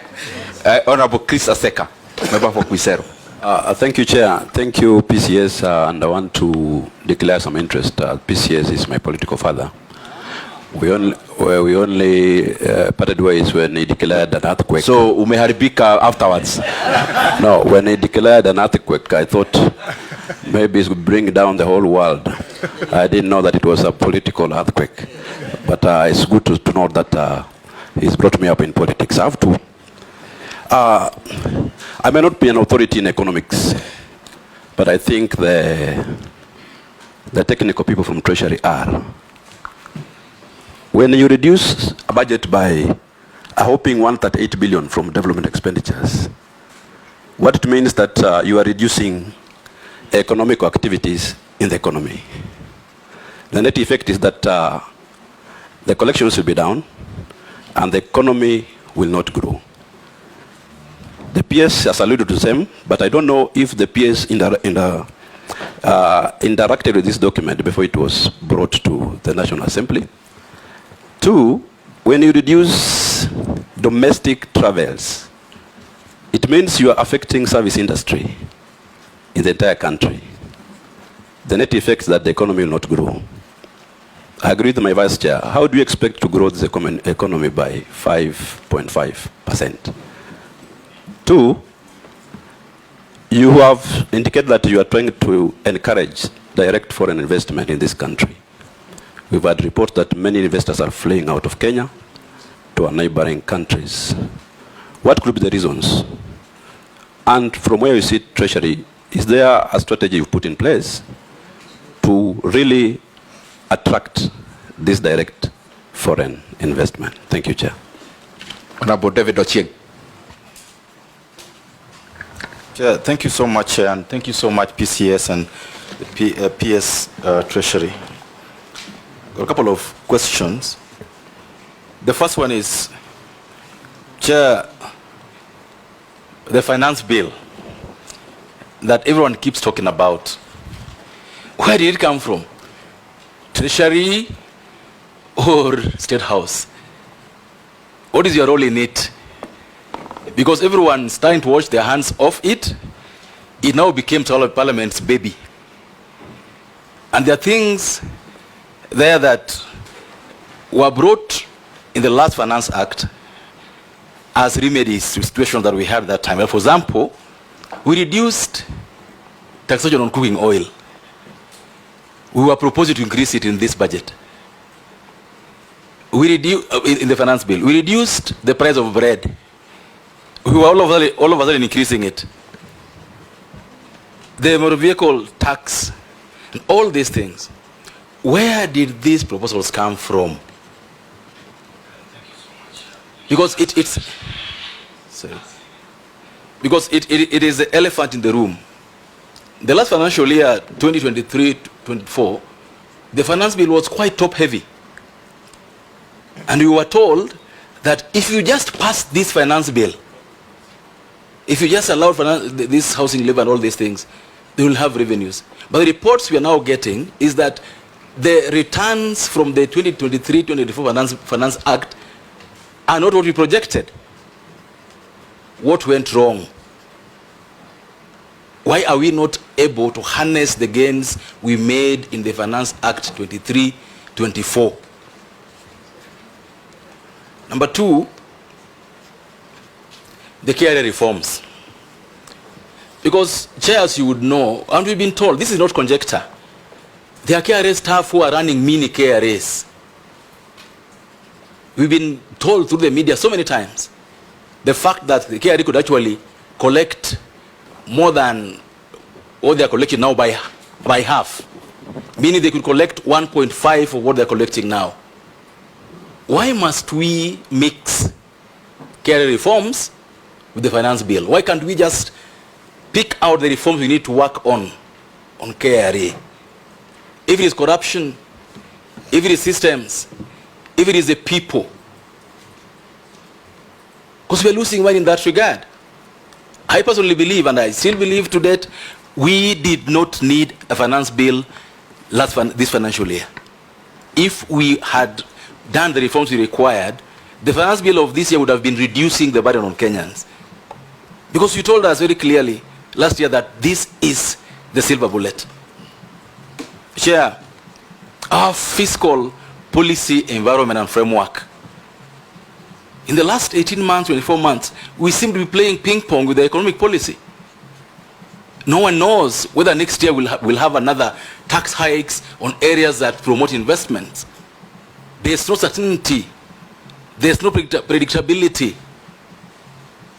How do we convince people to come into this market if next year again we'll have the kind of thing happening today? People going to the streets because the gains we've made in the previous finance acts and finance bills are being eroded by doing the right things we should be doing. Chair, I would like to know how the Treasury is working with the Office of the Auditor General. Because that office has flagged so many things the last 1 year.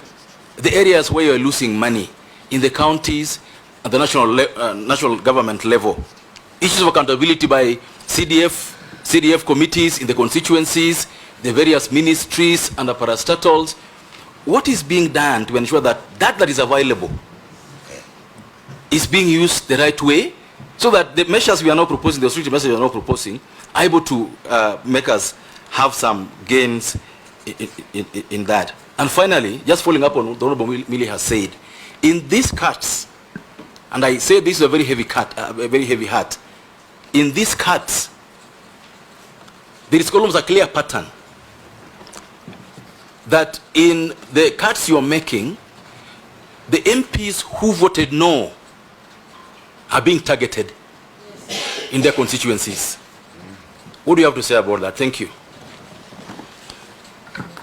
Let me go to Honorable Ruth. I was almost saying AU, but I realized. I read something that something is happening. Thank you very much, Chair, and thank you, Treasury, and especially our Prime Cabinet Secretary, who is somebody I know very well, very good friend. I'm happy to have this opportunity to at least ask a few questions. First of all, what I would like to say is how sincere are we with this kind of budget cuts? For me, these budget cuts I see are mostly targeting actually the common mwananchi. Because when you look at it, you talk about maintaining affordable housing.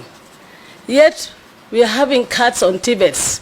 And mainly these TVETs were there to help support our young people to go to these colleges to be able to work within this affordable housing that we were saying. When you look at the pending, when you say you have cuts on some of the development projects, which means we are going to increase even the pending bills. that we have. And those pending bills, really, as I'm speaking to you right now, contractors are really suffering. Not only in the national government projects, but even the county governments, because they're not being paid. And now there's these measures of maybe having even extra pending bills because of these cuts that you're actually bringing up. What are we going to do? Because how was it informed? Within this short period, have you looked? When I look at it, there are projects that are there that were under public participation of areas that had floods. And these floods, we are saying we want gambions. We want the flood mitigations to be done. And you're cutting those mercilessly across. Yet we are going to still have the floods next year. Or have we done something on climate change? Yeah? So basically, I know we are saying we want to do these cuts. And when you also look at it, we already had been complaining even in Parliament about equity. Yes, there were areas that you were not having any development projects or anything.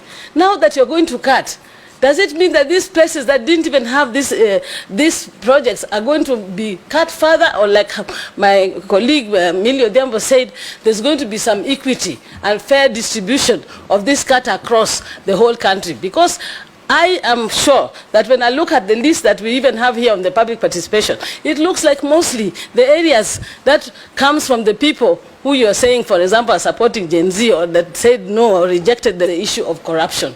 Because without that issue of corruption, and yet the PS, you're still alluding to the idea that people should be taxed. I did know the people are not saying that they shouldn't be taxed. They're just saying don't overtax, because when you overtax, people don't give you tax anymore. They actually avoid giving that tax. So the issue is not that people don't want to pay tax, but don't look at revenue collection only as tax-based and putting higher taxes on the people. Asante sana. My last question, sorry. On the road maintenance levy, which will generate about 32 billion, will this go to the exchequer, or is it going to the roads board? Thank you I very would like much. to have that answer. Thank you so much. Thank you very much, Honorable Ruth. Members, I'm not trying to control for us to comment, but to be very fair, because you've been sitting here for 4 days. We have project lists from all MDAs.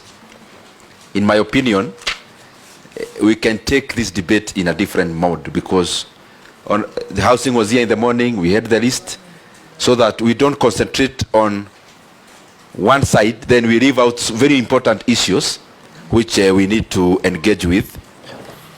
Because looking at the issues where the money has been cut, that is number 5. Rectification, we know it was all constituencies. Roads project, GK actually was very forthright to come with a whole list. It was cutting across. So I'm just requesting so that we are able to give this session the weight it deserves by dealing with the issues that cuts across all the people of Kenya. If you allow, we take 3 more, they respond, then another round. Let me start with the Bishop's daughter. Thank you, Chair. And thank you, the Prime Cabinet Secretary and the team from Treasury, for your presentation. And I'm also happy that you're before this committee, not just as the acting CS Treasury, but also as the one who is charged with the responsibility of coordination and supervision of government and the state departments. Because it will be very important, after we pass this supplementary budget, to actually follow up as the supervisor of the ministries, whether they are doing the right thing. My question is this. My colleagues have talked about corruption, but I want to go further and say the Auditor General is doing a very good job under the circumstances as an office. Every quarter or every year, we have audit reports of how different government entities are spending their monies. I want to ask whether as a government we are taking keen interest on the audit reports, or there are just other reports, and what actions are being done. Because as we talk about budget cuts, we have to talk about corruption and wastage as one of the things that has brought us to where we are. So I wanted to ask about the audit reports, or they're just reports, both from the counties, Parliament, Judiciary, all the way to the executive. The second thing that I wanted to raise is the issue of recurrent. It is good that you have stated how much money is being rationalized in the recurrent budget. We did for Parliament this morning under PAC, Judiciary has done, and there is always a perception that there is a lot more at the executive in terms of recurrent. The beautiful flowers we see, the teas, they could be minimal, but it counts for something. The travel in these parastatals all over, people traveling for an essential. There are meetings which are essential where the country position maybe has to go and be represented, but just travel, even as members of Parliament, we've ceded ground and we've said it's something that should be considered. So at the executive level, has that been really taken care of at the recurrent? And lastly, as you do your supervision, Kenyans are so keen. Please do not commit anything here in front of us and in front of Kenyans. And then, chini ya maji, people are still traveling, people are still doing the same things you have committed here, that it won't happen. They will be so keen to follow up to see that it is actually happening in those ministries and departments.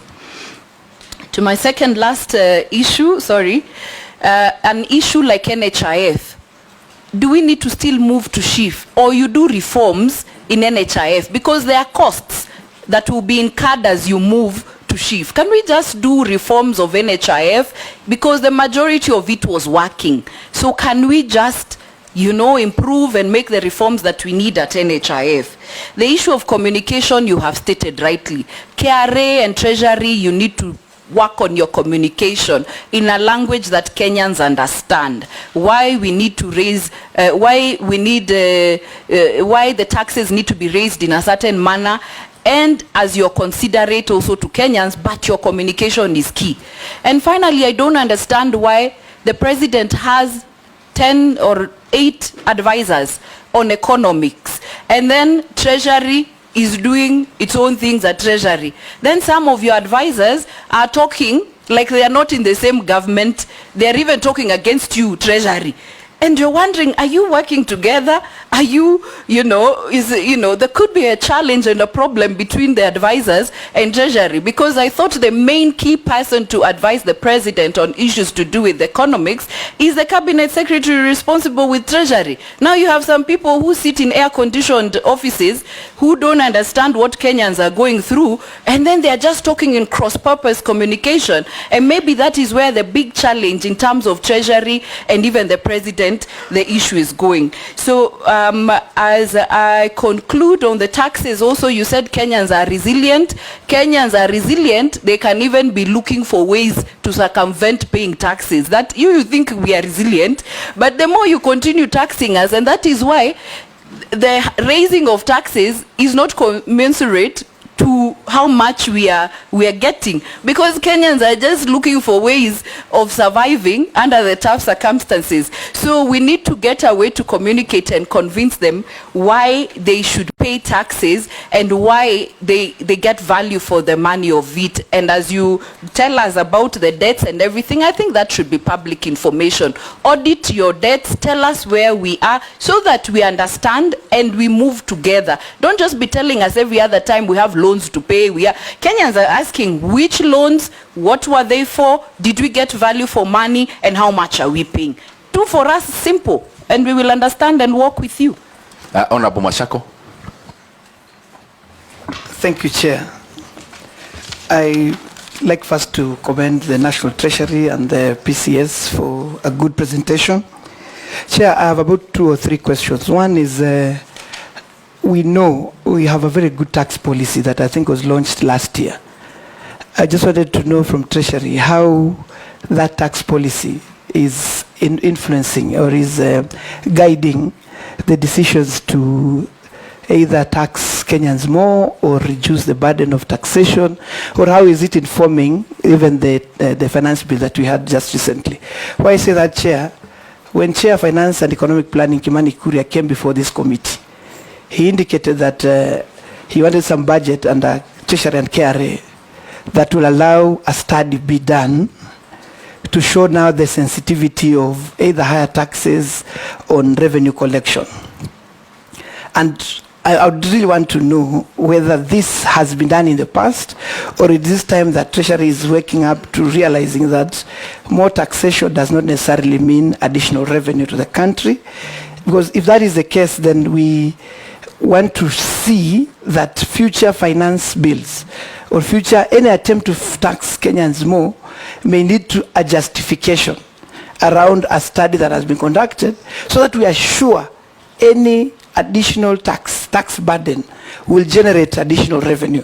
Because we know for a fact that last year, fuel levy, when we introduced taxes on fuel, we didn't raise enough revenue as anticipated.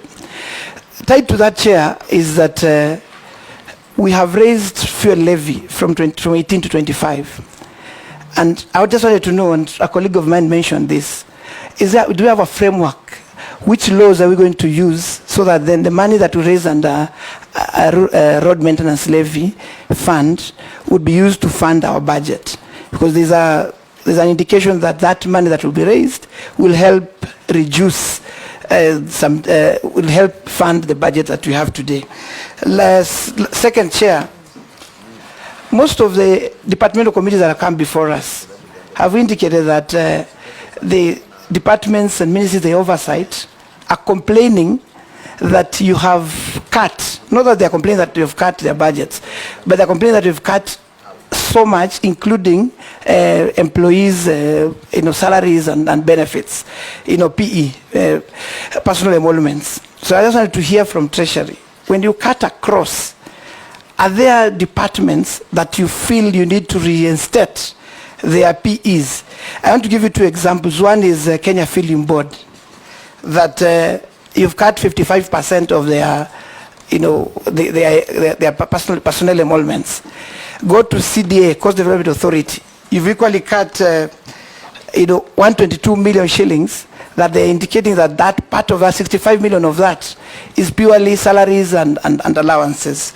Then, allow me to say this, Chair, as a last comment, that as we look at auditing loans, public debt, I think it's important as a country, we also include auditing budgets, including this year's budget, to understand how balanced we are trying to cover the country. By balance, I mean how skewed our budgets are. Because we look at the documents that have been presented before this budget committee, including projects that we see being done. You go to a county, you have 4 or 5 roads, yes, that are ongoing. You go to another county, no road, or only one. So I'm thinking of a situation whereby Treasury and maybe the government should institute a full audit of our budgets, maybe going back 5 years, to see where have you marginalized this country even more, where have you sent more money for, where have you, where has been the bias. So then as you move forward, we start a new Kenya that every part of this country benefits from these 3 and 4 trillion budgets. Thank you, Chair. Members, let's please give the National Treasury some time to respond, then we take the last round. Karibu sana, Your Excellency. Thank you, Mr. Chairman. Your Excellency, you may answer the ones you want, but you are free also to designate to your team. Yes, I'm sure they were listening very clearly, and I will go by your advice. Maybe I'll make my comments to touch on a little bit of what might be political concerns, and then the issue of some of the technical areas. My PS and his team can intervene on the various points. The first one, Mr. Chairman, it would be very bad policy if we tried to do cuts on the basis of how a member of parliament votes. That would be absolutely wrong, and I want to assure you that that is not to be anything that we want to adopt as a government. All Kenyans are taxpayers, and when they are in parliament, whether they vote yes or no, their performing their constitutional and civic obligations, and therefore they cannot become victims of any penalization. So if there's any such thought, I would want to reassure the members that we will not subscribe to that. All Kenyans have a right, they're all taxpayers, and that is why we are here, so that we can look at our proposals. Mr. Chairman, I want to go further and commit that after we have finished with this presentation, in order to show that we have nothing to hide, the PS and his team are going to make sure that this document that we have used to make a presentation is made available to all the media houses. But beyond that, I actually advise that the Treasury buys space so that there's no distortion.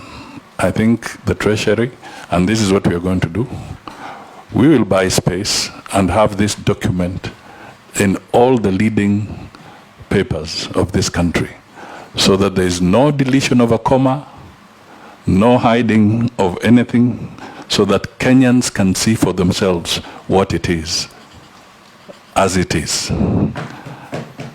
This is a very important thing, because sometimes the communication is distorted and the facts are not laid out to the people. So we want to undertake to do that particular item. Let me touch very quickly on the issue around SHIF and NHIF. I believe Parliament has already pronounced itself on these particular items. I think the law regarding the social health insurance fund is in place. And the one on NHIF was repealed. Mr. Chairman, am I right? Yes. So I think what is important, we take into account what were the positives around the NHIF, and with the law that is in place, we then accelerate the process of ensuring that the targets or the objective of achieving universal health care is achieved, so that all Kenyans who deserve medical care can have their needs attended to under the social health insurance fund. And that is something that we are going to do. We've had a little bit of hiccups of people moving to court and slowing down the process. Sometimes, the truth be told, sometimes these interventions by people raising petitions to court are genuine. And sometimes they are petitions that sometimes are designed perhaps to slow down a process. But legally, we still have to address those when they're in court, and then we move ahead. So that is something that is moving. I want to also be able to state that on matters of tax policy, and I think KRA is in this room, they will be able to elaborate a little bit on matters tax policy. I think Mashako has spoken quite broadly on that. What I can only say is that tax policy and tax reform is continuous. There's a program that Treasury runs so that they have to continually look at the tax structure and the efficiency of the methods that have been employed and review them from time to time. Going back into history, if I may just give a quick example, because I was at the center of it when I was officially at the Treasury at that time. we moved away from the income tax department, the customs department, and so forth, and created the KRA. And then the KRA became the first stage of reform moving forward. And maybe on a humorous note, one of the most interesting areas is that digitization that was being introduced was the famous PIN number. And there was so much resistance from Kenyans on this PIN number. They called it the number of the devil.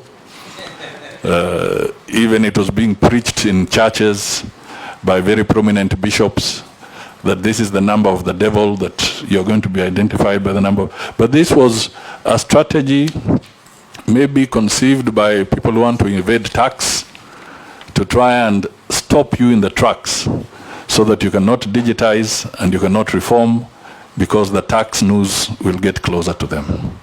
So even as we look at what we are going through in terms of tax policy, as we tighten the news, as efficiency, as digitization improves, you will find still there'll be elements who will want to resist, because where they were evading before, with digitization and modernization, you find that the door or the window is closing on some of them.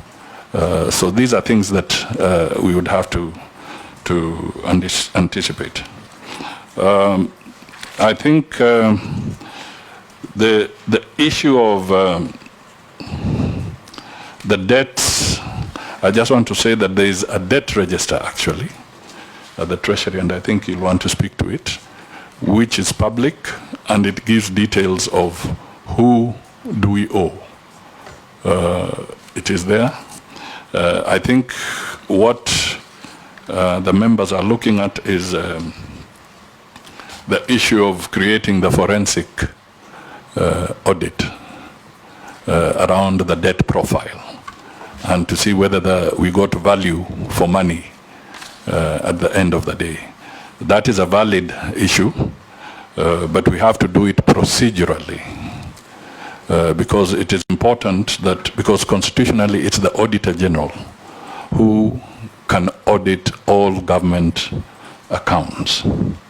And therefore, if we want to have that forensic audit, it has to be channeled through the Office of the Auditor General. And if for some reason the Office of the Auditor General is unable to do it, maybe because of being overstretched, it is the Office of the Auditor General that can recommend the appointment of an audit firm to conduct such a forensic audit. That is how the procedure should be. And I believe this is something that we have not lost. It is something that can be picked up and taken up in the right direction.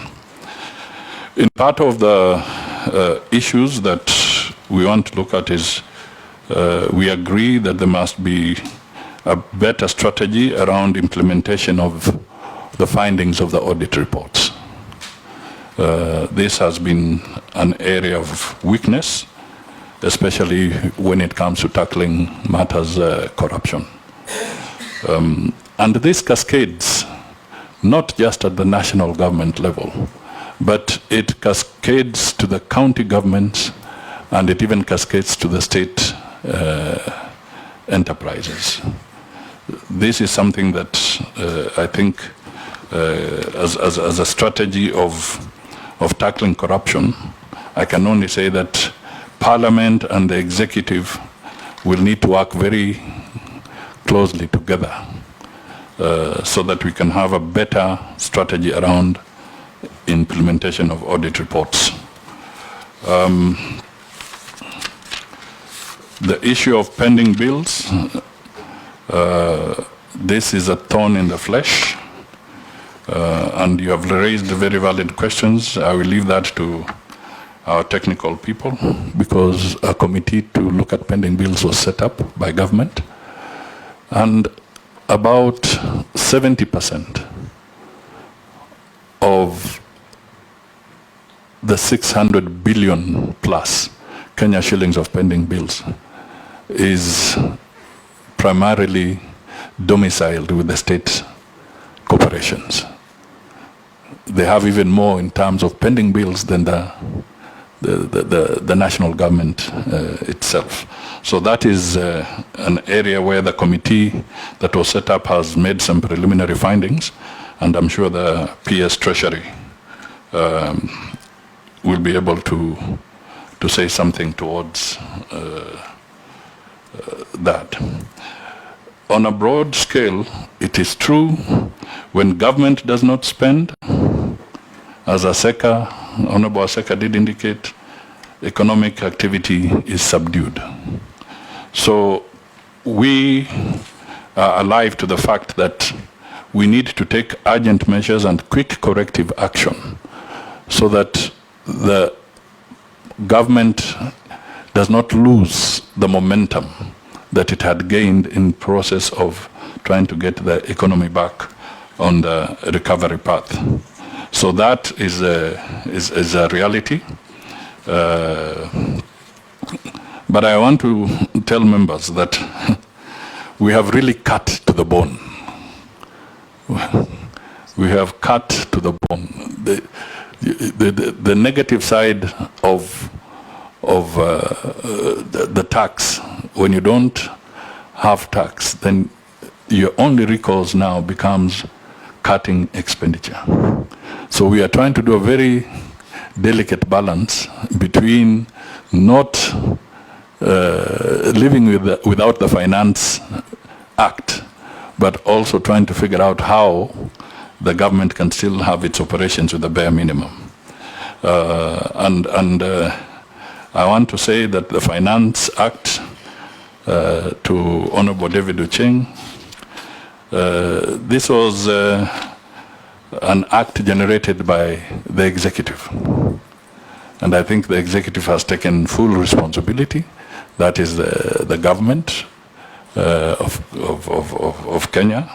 They've taken full responsibility that this was their way of trying to help in graduating the country from high dependency on borrowed money to improving our local capacity to generate revenue. But the Kenyan citizens had a different position on this matter. So we have to step back and retrace our steps. But it's also important for Kenyans to note that somewhere along the line, not necessarily now, as the population grows, as needs of citizens grow and so forth, and as we look forward to moving away from high debt dependency, it will be important that going forward, we appreciate that there will be need to have increased revenues from time to time. But it's a question of whether we can have proper public participation at every level so that everybody understands why we are looking for that extra resource, and then we deal with it. There are issues of corruption which are valid, and I know broadly in the program that we want to pursue, part of issues even around tax modernization and sealing of loopholes, it's all an attempt to make sure that we can minimize aspects of tax evasion, for instance. We want to look critically at procurement, because procurement, ladies and gentlemen, is the fulcrum of corruption. That is where it all stems from.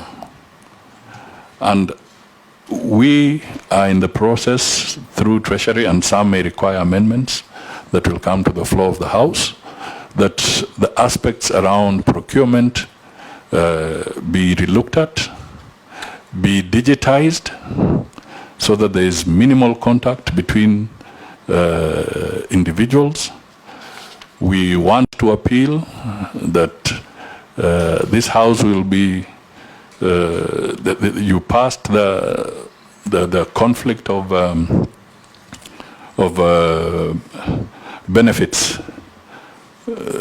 conflict of interest bill. I think that was very, very important. Of course, Senate has had its bite at the cherry, and then it will go to the president. But what is important is that those are some of the kind of legislation that are so critical. And I think we will owe it to Kenyans to make sure that we do not mutilate that bill, so that aspects around conflict of interest can also be dealt with, because this is, as I said, it becomes a fulcrum on matters corruption. So that is perhaps another example. I think going forward, we may have to look critically at areas like what is the Criminal Procedure Act, the Evidence Act, insofar as matters or the laws around corruption are related. Because as things stand now, whether you stole a tire from a car, or whether you are involved in mega corruption, the process through our legal framework is such that a criminal offense follows the normal same procedure. And this is why you find that some cases that are so significant in terms of corruption are dragged in our courts over a period of time. So these, Mr. Chairman, are issues that I can assure you the government is looking at very, very seriously, and we intend to be able to bring this up. The Budget Committee has raised some very fundamental issues about certainty, predictability, and I think these are valid points to be taken on board, because it is true, a finance bill does not necessarily have to be every year. We could focus on introducing a finance bill or an act that spans over a 3-year period, or 24-month period. That is a 2-year. So these are issues that I think the technocrats at the Treasury can look at very, very carefully, so that we can move forward. On the state-owned enterprises, let me say very quickly that this has been a very difficult thing to deal with, because we tend to personalize some of these state enterprises, either in the form of our regions or other aspects. And I think what the young people are telling us is that let us look at things holistically, so that if we have to rationalize some of these state enterprises, let us not become sentimental about them. If we know very well that they are a drain on the exchequer, they are just drawing money from the exchequer, and they are delivering very little. Because to the best of my knowledge, state-owned enterprises were not set up just to become salary-paying entities. They were set up with a specific purpose. So we need to bite the bullet as a country and start looking at these state enterprises, because they keep growing. And Mr. Chairman, if there are any bills, if there are any proposals, if we can avoid, if possible, bills that continue introducing the creation of a new authority, a new parastatal, a new whatever, whether it is from the executive or whether it's a private member's motion, I think we should stop this until the country is in a position to take a bigger responsibility on some of these things. So I think I'll stop there because I was picking up around that political and broad policy level. But I would want the more detailed conversations on some specific issues to go to my colleagues. But please, for all Kenyans, foreign direct investments which we are able to get is because Kenya took some important decisions. By you having an exchange rate that is determined by the market, by you having people being able to invest and take away their money, this is a very serious anchor policy that Kenya has put in place. I can tell you that there are some countries where the regime around their monetary policy is still so far behind. You cannot transfer your profits. You cannot pay dividends when it's supposed to be paid. It's a big problem for some of those countries. So we have the right environment to bring in foreign direct investment.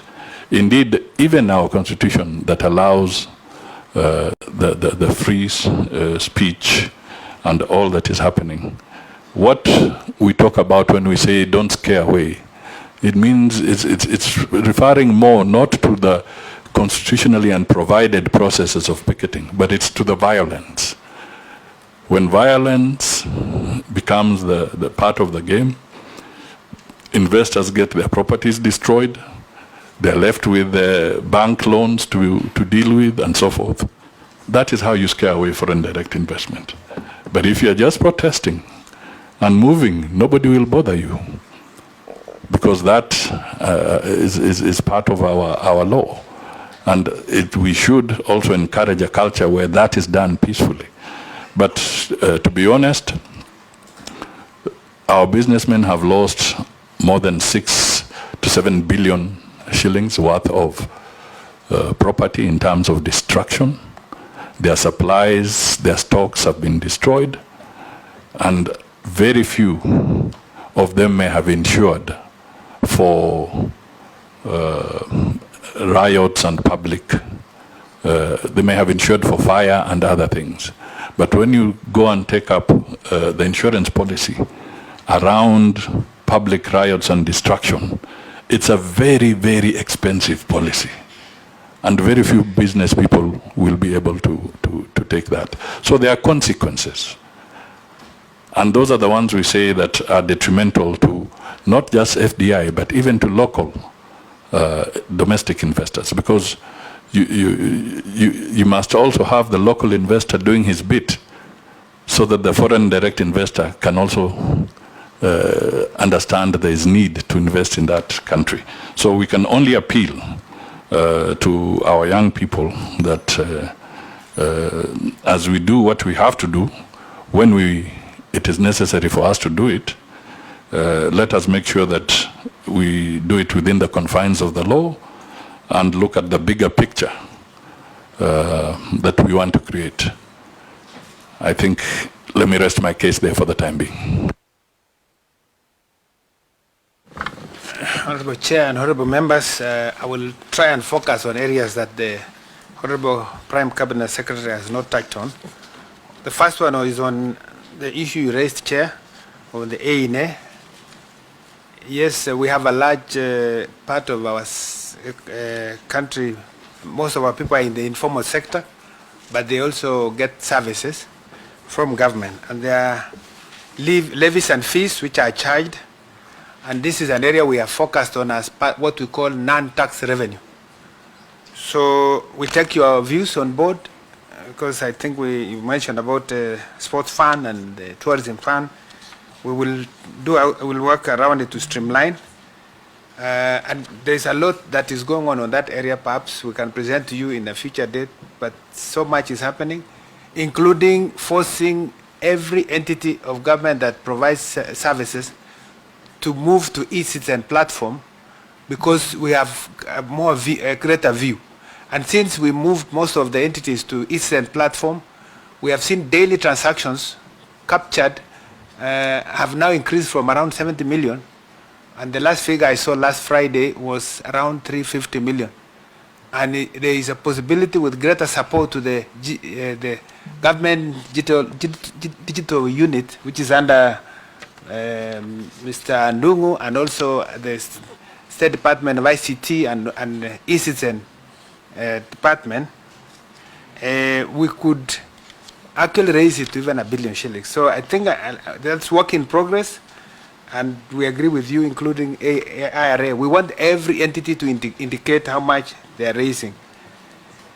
On the issue of development, the issue of the constitutionality on development budget and the 1.5 billion haircut, I will want to give Mwenda, he will come to it later. Vice Chair, you spoke about the impact of the 47 SOEs. And yes, we are going to have a two-stage approach. First, we have identified those 47. We have to get approval from Cabinet, which we have that go ahead. Now we are going through consultations to do mergers and wind up where necessary. And it will be two-stage. There will be no no employee who will lose their job initially. But what we want to save is the recurrent expenditure, like rent, another vehicles and the rest. There are many areas we can save, even as we work out on how to deal with the staff. And so I want to give that assurance that there is no one who is losing their job, at least initially, as we work on the second part to make sure that even when you leave, you are leaving with some, at least, send-off or some money that at least you go and start your life. So, and some are even parastatals when they could best be departments in ministries. So those will go, and I think that we don't have enough time now, but we can provide the details on this. For pending bills, I think this question in June, he mentioned that the committee will finalize its work in only between 400 and 500 billion. Then once that is determined, we have it recognized within the fiscal framework and provide for it to be exchequer, which is bills already incurred. We only allowed 76 billion to be carryovers because there is no way they can be fast charged, like counties did not get 1 month. So we have to budget for them to get in this year the money they were to get last year. The same for the CDF, unless the honorable members accept to forego the 13.5 billion, we thought we could budget it so that you are paid together with the budget for this year. The same thing for our pensioners who are not paid. That's money already incurred, and we need to make sure we safeguard our pensioners. And so that is ring-fenced. So the balance from 220 minus 76, the balance now becomes fast charge in this year's budget. And as per the circulars already released by the Minister for Finance. And yes, it is true that our growth rate will be affected because cutting that, much like the 100 and almost half of our development budget has been cut. Definitely this will slow down, but it is an area that we expect that we will not stay in this space for long. It is a temporary situation that we are in, and we are certain that we will come out of it. The issue of austerity measures and corruption, I think Honorable PCS has touched on it, and I think I leave it to that. Auditing public debt. I want to assure Kenyans that we are very transparent. In fact, I don't think there is any country that's as transparent as Kenya.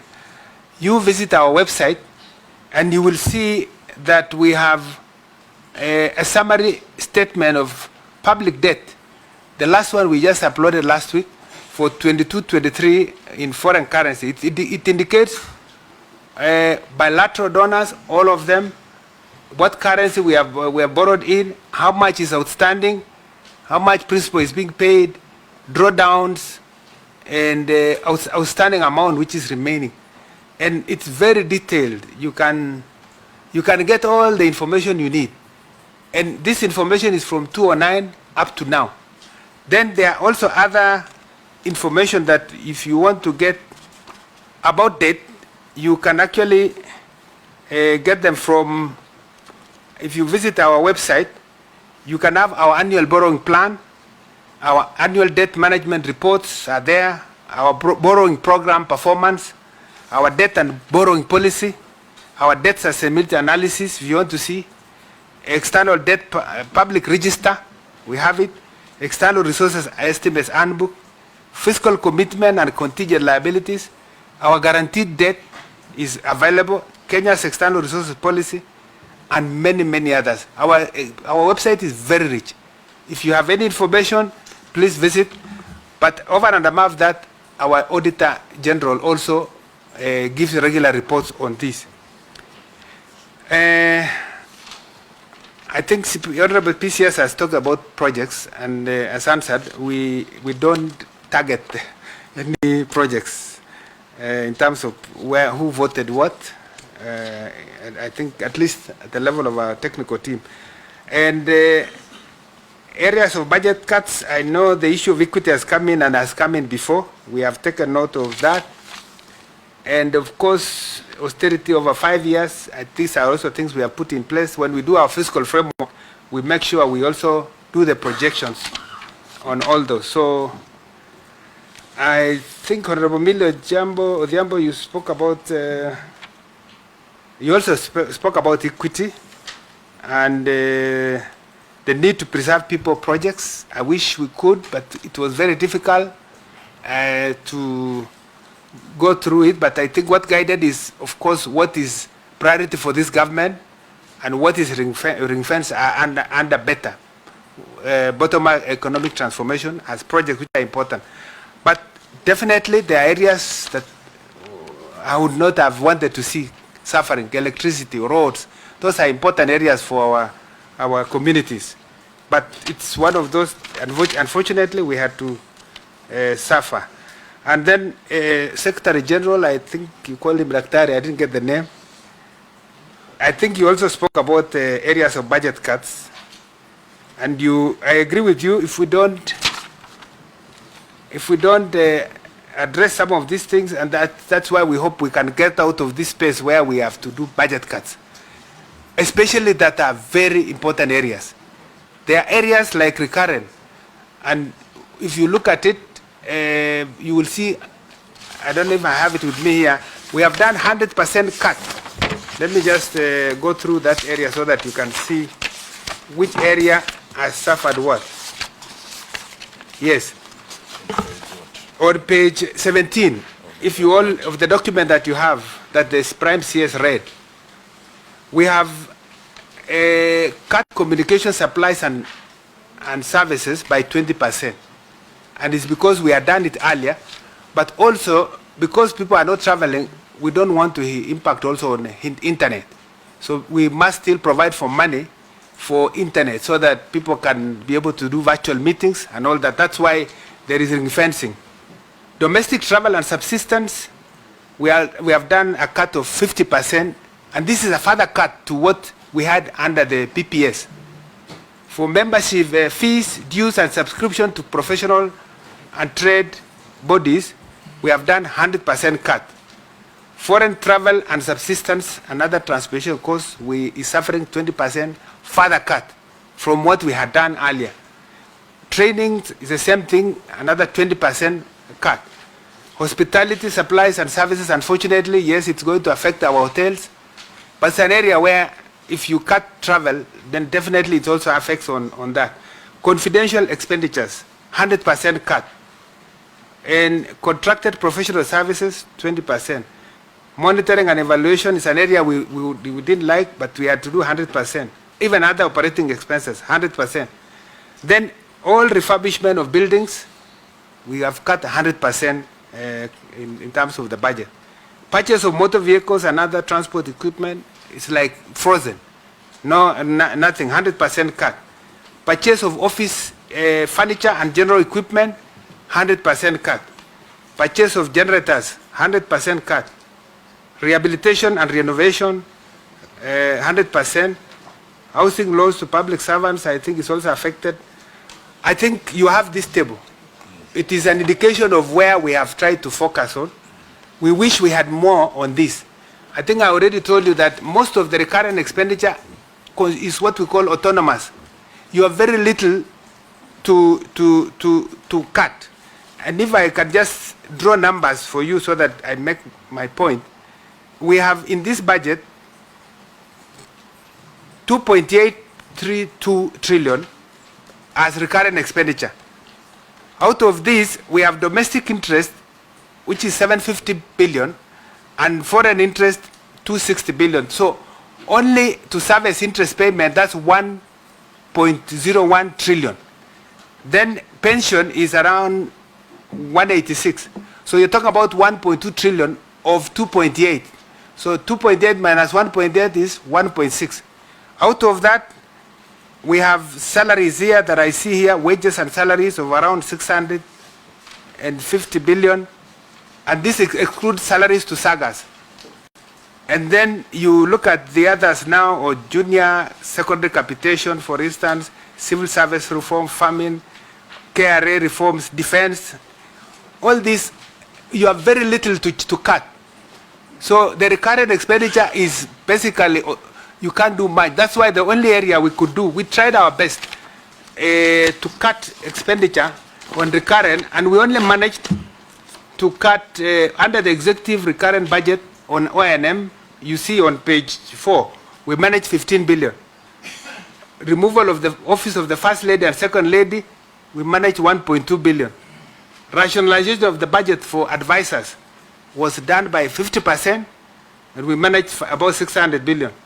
And I think Parliament, you lost 2.7, Judiciary lost 500, and then private, there's capitation also, where we have lost about 1.7 billion. And then reduction of earmarked provision of phase 2 salary adjustment, which was for all public servants. We have had to spend this 15 billion. And really this is an area we would have wanted as National Treasury to make sure our employees at least are getting some salary increment.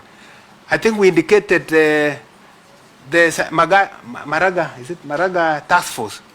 We request you to look at it, if possible, with some minor adjustment. It would really be good for our security sector. If you Around how much? Around 3.5 billion, which will be enough for at least to address the security sector, including police, and the other security areas. If you can look at that, that would be great.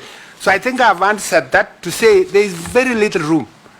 Then debt, our borrowing, our capacity to borrow is not there anymore. In the last 10 years, it has dwindled. I think when we started 10 years ago, our current capacity for debt was rated low, no high. And our possibility of risk, I mean debt, we call it debt risk. Elevated debt risk. Elevated debt risk was very low. Then by 5 years ago, it was rated medium. 3 years ago, it went to high. So we were at a cliff. So if you continue taking more, then you can easily find yourself in a sustainable position. And I welcome all of you to read the DSA, Debt Sustainability Report, in our website. You will see all the details.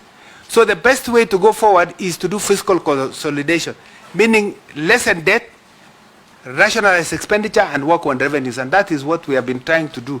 Unfortunately, in this budget, we have had to move from the budget, the 3.2% of budget deficit that we wanted. Because we tried our best to cut expenditure, we could not do much. And that's why we said we have to borrow to the tune of 4.3. Something, if we had passed the finance bill, probably would have gotten enough revenue to pass that. So I think I will stop here. I know Honorable David Ocheng raised, and Prime CS has answered you. Of course, we have a process that we go through when coming up with the finance bill, starting from, I think now we are going to do, in September, we go for sector working groups. Then we get budget policy statement by December. Then we get public views. People write to us in Treasury. We get a lot of proposals, very many. Then we have a committee that sits to look at that, and then whatever we agree, finally it goes to cabinet. Cabinet then owns it and comes to you, to Parliament. You also have a role as Parliament, and that's how we do. Just to say that we've been trying, in coming up with the finance bill, we were looking at fiscal consolidation, and I think without the finance bill now, we are pushing KRA to look at technology deployment, and I hope KRA staff is here. I think I saw Mwangi. We will want him to tell us what they are doing. There is targets we have set for them to raise more revenue even when we don't have additional tax measures. We have tax policy which has been approved by Parliament, by Cabinet, and also it came to you, to Parliament. We have generated a medium-term revenue strategy out of it. And if you look at that strategy, the intention is actually to lower the tax rate, coming down. Corporate tax is supposed to come down from 30% to 25%. VAT is supposed to come from 16 to around 14. So the idea is to really come down over the medium term. It's just that we were in extraordinary situations where this could not happen this time round. But the intention is to broaden the tax base, have more Kenyans in the tax bracket, then we can have lower tax rates. And because we need to focus more on consumption tax than income tax. I think the people bearing the greatest amount of this burden are the salary, those who are earning salary. And there are many who are not earning salary, but I think could also find their way into the tax bracket. So we have KRA reforms. I'll ask the gentleman there to speak to it. And I think I want to stop here and give Mr. Mwenda to address those ones that I have not addressed, because he's also the key technical person that advises the PS. Before you go there, Honorable Shinari, you had something to say. Before the PS moves out of there, if you go on your page 17, number 7, there is examination fee and invigilation fees. You've removed 100%. Does this include the O level? Because we know Form 4 is still there, plus 8 might have been phased out. Yeah, I think this is an area, unfortunately, suffered the cut. It is for you as a committee, you need to look at it how this can be addressed. But from what came, we could not do much about it, yeah. PSA, the only way for us to look at it is to reinstate, unfortunately. So, Chairman, on the same page. You will guide us on that. Yeah, we will discuss, because this I have to be truthful. That is an area that suffered the cut. Members, let Mwenda first complete, then we take the last round. Chairman, on the same page. I'm coming there. Let him first finish. We finish the first batch, then we come for the last one. Chairman, the question that I was asked to respond to is whether the National Treasury has complied with the threshold set in law for development budget under the supplementary. And Chair, under Section 15 of the Public Finance Management Act of 2012, it provides the thresholds that guide the preparation of the budget, and the development budget threshold is set at 30% of the total budget.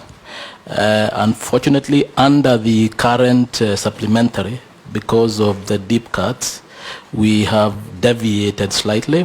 We are at 28.1% of GDP when you take the criteria as defined in the regulations.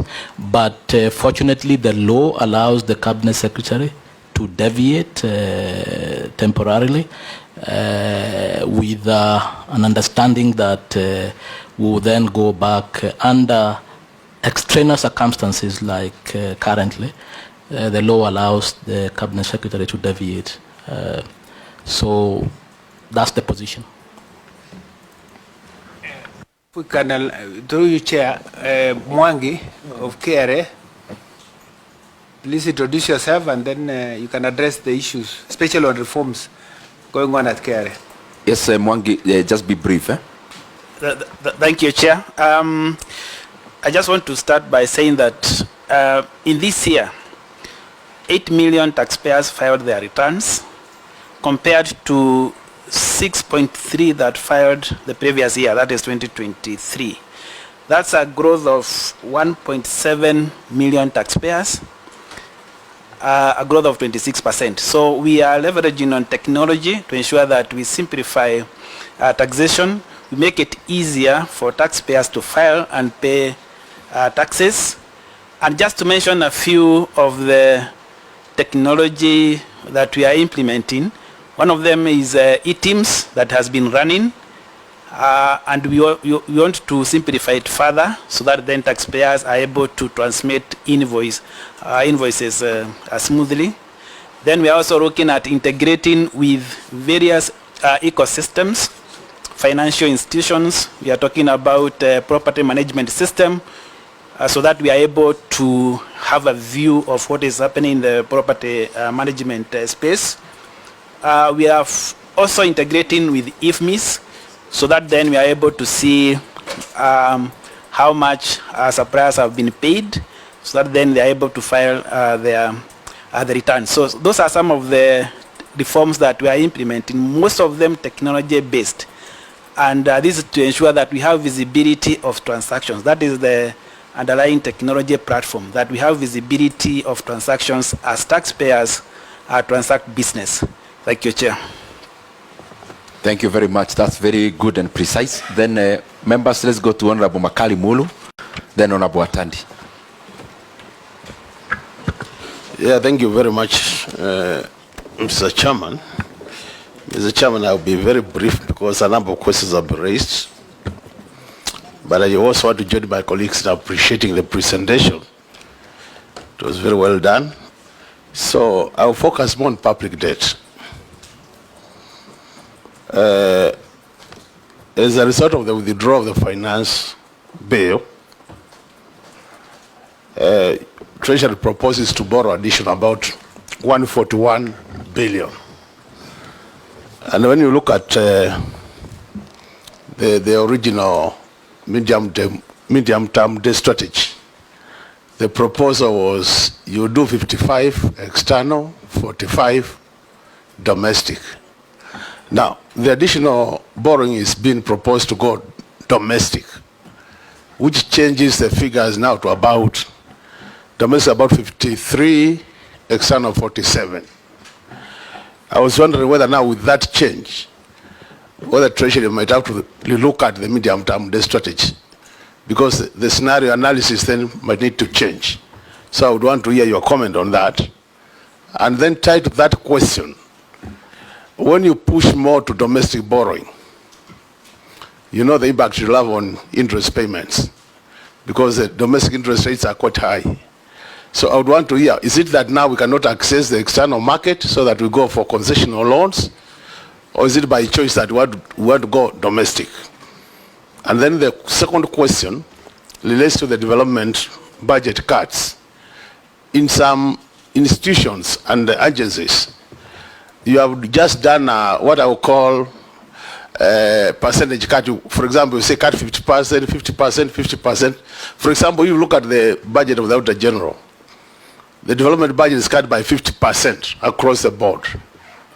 And I was wondering whether, as you even do your 50%, did you consider the possibility of possibly, if you have 4 projects and you have done 50% for all of them, I was thinking you would have done away with the 2 where you say push this to the next financial year and then you do 2 to completion. So, especially, are you going to allow the MDS to write to you and possibly request that you push this money to 1 project which can be completed, other than having a situation where you have 4 projects all done 50% and not completed? Thank you, Mr. Chairman. Atandi. Thank you, Chairman. Chairman, I just want to be very brief. First of all, I want to say that I'm impressed with the austerity measures that have been put in place by Treasury, and especially on the tax cuts. I think tax cuts are genuine. The only area that I wanted to say, to express my views, is that I've seen that salaries have been retained in areas where departments have lost almost everything. My view is that, especially those salaries for advisors, I saw advisors in the office of the First Lady and all those people. I think they need to go if we are really genuine about these austerity measures. And this also goes into advisors in State House and all these places. I think if we are genuine about these cuts, let everything go. And I also wanted to advise that even Parliament here, I think we are so many. We need also to see how we can cut MPs. We need a few MPs. This is, I think, the approach that we need to employ wholesome. because cutting the size of government is something that we need to do as a country.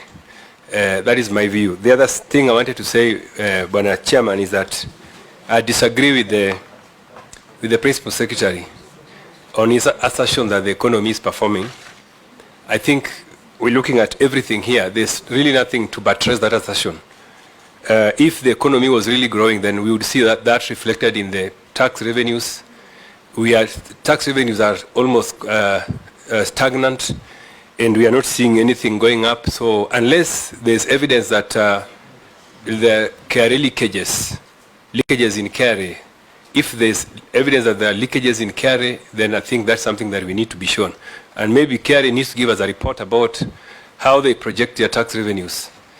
And I know that, and my colleague observed on Rivuchiang, that it is true that there are two KRAs. The KRA that is, we know, then there's the KRA that is silent. I think that's an area that we need to use to see that indeed the economy is going on. Thirdly, Mr. Chairman, I'm disappointed that in the current scenario where we have the youth uprising and that has even cost us to withdraw the finance bill and etc., I have not seen anything in this budget that reflects that the government is trying to address the concerns of the youths. There's nothing on job creation, there's nothing on addressing corruption, there's nothing on attracting foreign investments. So I think these are the fundamental issues that I think this budget ought to have been re-engineered so that we attempt to address some of these issues. Otherwise, with this budget, I don't think that we are operating in the same space with the youth and with the situation we are facing as a country. Because if we do a budget that does not even answer one question, one concern of the youths, I think that's something that we need to look at, Mr. Chairman. Otherwise, the experts in Treasury, I think I need to challenge the experts in Treasury. The experts in Treasury that are here, I think I've seen you for many years since I joined Parliament. You have been the same people. You need to go back and think through how we can be able to help the economy. Because if you are going to sit there, the same people, and there's nothing new you are creating, then it is going to be unfair for the economy. Chair, I didn't want to interrupt my good friend, but when you say there is nothing good and you are a member of the budget committee, and we've just placed money to employ teachers, interns, doctor interns, are those not young people in this country? Let's not mislead the public on the budget, and we know where the money is going to. Thank you. Chairman, I don't think it's right for my colleague to try to answer me from this side, because this budget is generated from the other side, and it's not just teachers that will be employed that will make the youth of this country be happy.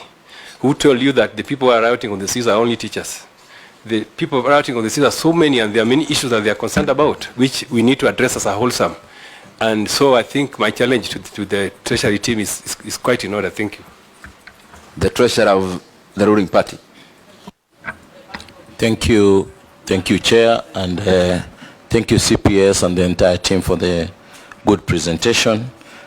We are all most of us we are all politicians here, but sometimes we don't need to play a lot of politics in serious matters like this one. I believe I'm in the UDA party and I'm the treasurer of the ruling party. So when you say that the projects were cut, those who voted no, and I'm one person who voted yes using the microphone, and my project has stalled for the last 10 years, and the money that was in that project was cut, almost 40 million out of the 100 million that was there. Let me not belabor that, but my question goes to, we have so many stalled projects currently in the country. We have quite a number of stalled projects.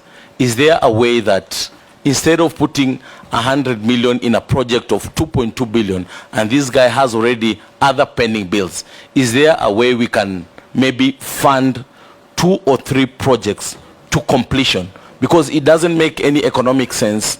You give a contractor 60 million who has a pending bill of maybe 500 million.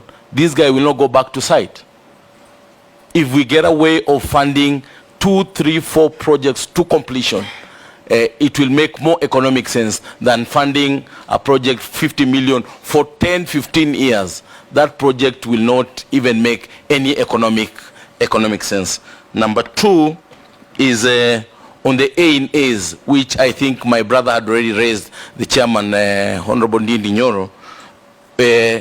We should get away of these A&As from maybe KPA, KAA, getting into KRA and that money being used, because these institutions tend to use that money, tend to create projects so that they can be able to absorb that money. Thank you so much. I don't have much to say on issues to do with youth. I think the JSS teachers are part of the youth. Thank you and may God bless you. Honorable Shinari. Thank you, Chair. Chair, allow me also to appreciate the presentation by the Prime Cabinet Secretary and the way he has answered calmly our questions. I have only one concern, Chair.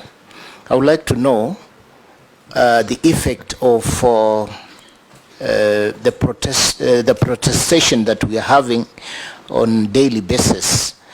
Maybe you could have a figure to tell us how much the country is losing if we are not working and we are on the roads.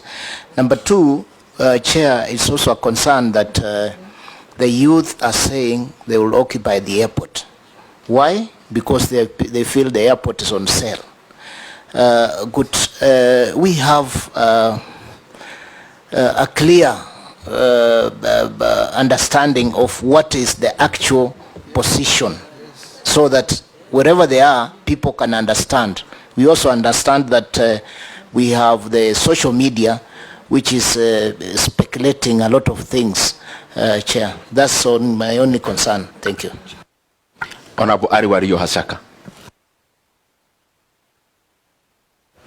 Thank you, Chair.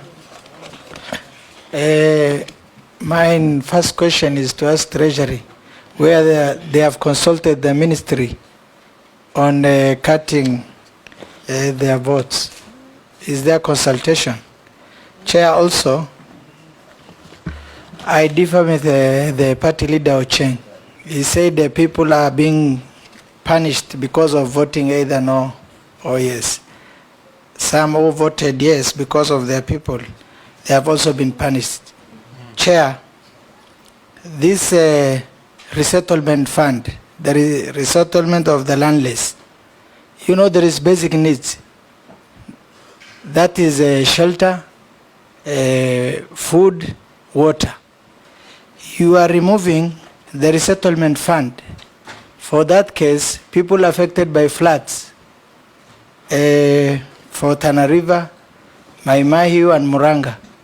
Then, at the same time, you are saying the funding the critical government projects, like coffee debt, 2 billion, sugarcane 1 billion, KCC factory, 500 million, and many others, Chair.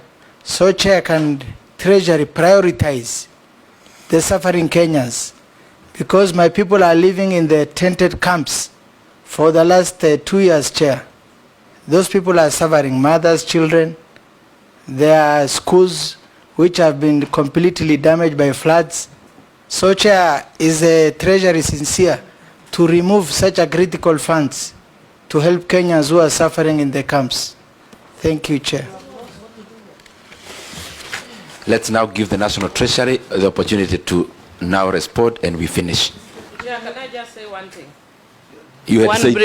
Just one brief thing. Chair, you better be brief then. Yes, it's very brief. Chair, if you actually look at what we are looking at from Treasury, is what they have provided, but not what has actually come from the various departments, the details. If you look at the social protection, what was presented by the Departmental Committee on Social Protection, Youth Enterprise Development Fund deducted 100%. Youth Empowerment Centers, 100%. I can give you, but if you actually look at the part on youth, all of them are 100%. And then finally, Chair, because I've said I'm brief, the treasurer of UDA, it's very unfortunate because he has got a reduction of a whooping 40 million out of 100 million. Me from Suba North has lost a whooping 5 million out of 5 million. Equity. Equity must reign. Okay. So he has lost 40 million out of 100. I've lost 5 million out of 5 million. 100%. Mine is that. So I don't mind missing my 5 The million. briefness has ended. Equity. The time I had given for a brief comment has ended. My project has Vice been Chair, there for the Honorable last Vice Chair. 10 years. Honorable Vice Chair. Thank you, Chair. P.S. I also want to advise you on other areas where you can make savings. If we can do an audit of all government assets in terms of office space, so that once we identify, because there are some MDAs with a lot of space, others do not have, they're renting. So we're spending a lot of money paying for rent. This is government buildings. Then you just, allocate office space to those who do not have. Then we'll save instead of paying rent. I think that's also an area that we could explore once we carry out an audit. Thank you. Member for Nyeri, very, very briefly. Thank you, Chair.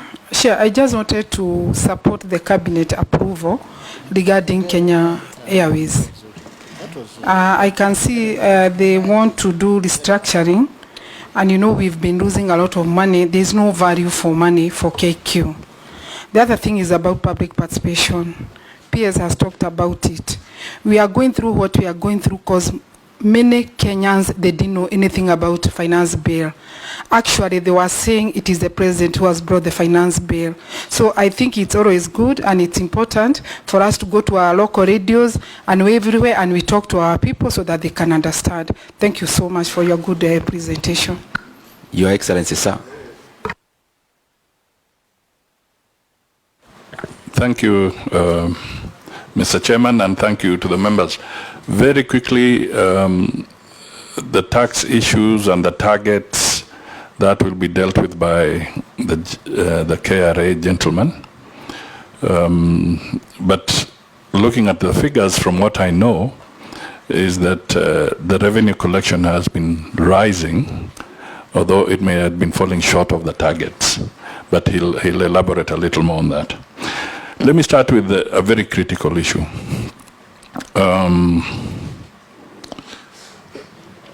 The cost of shutdowns.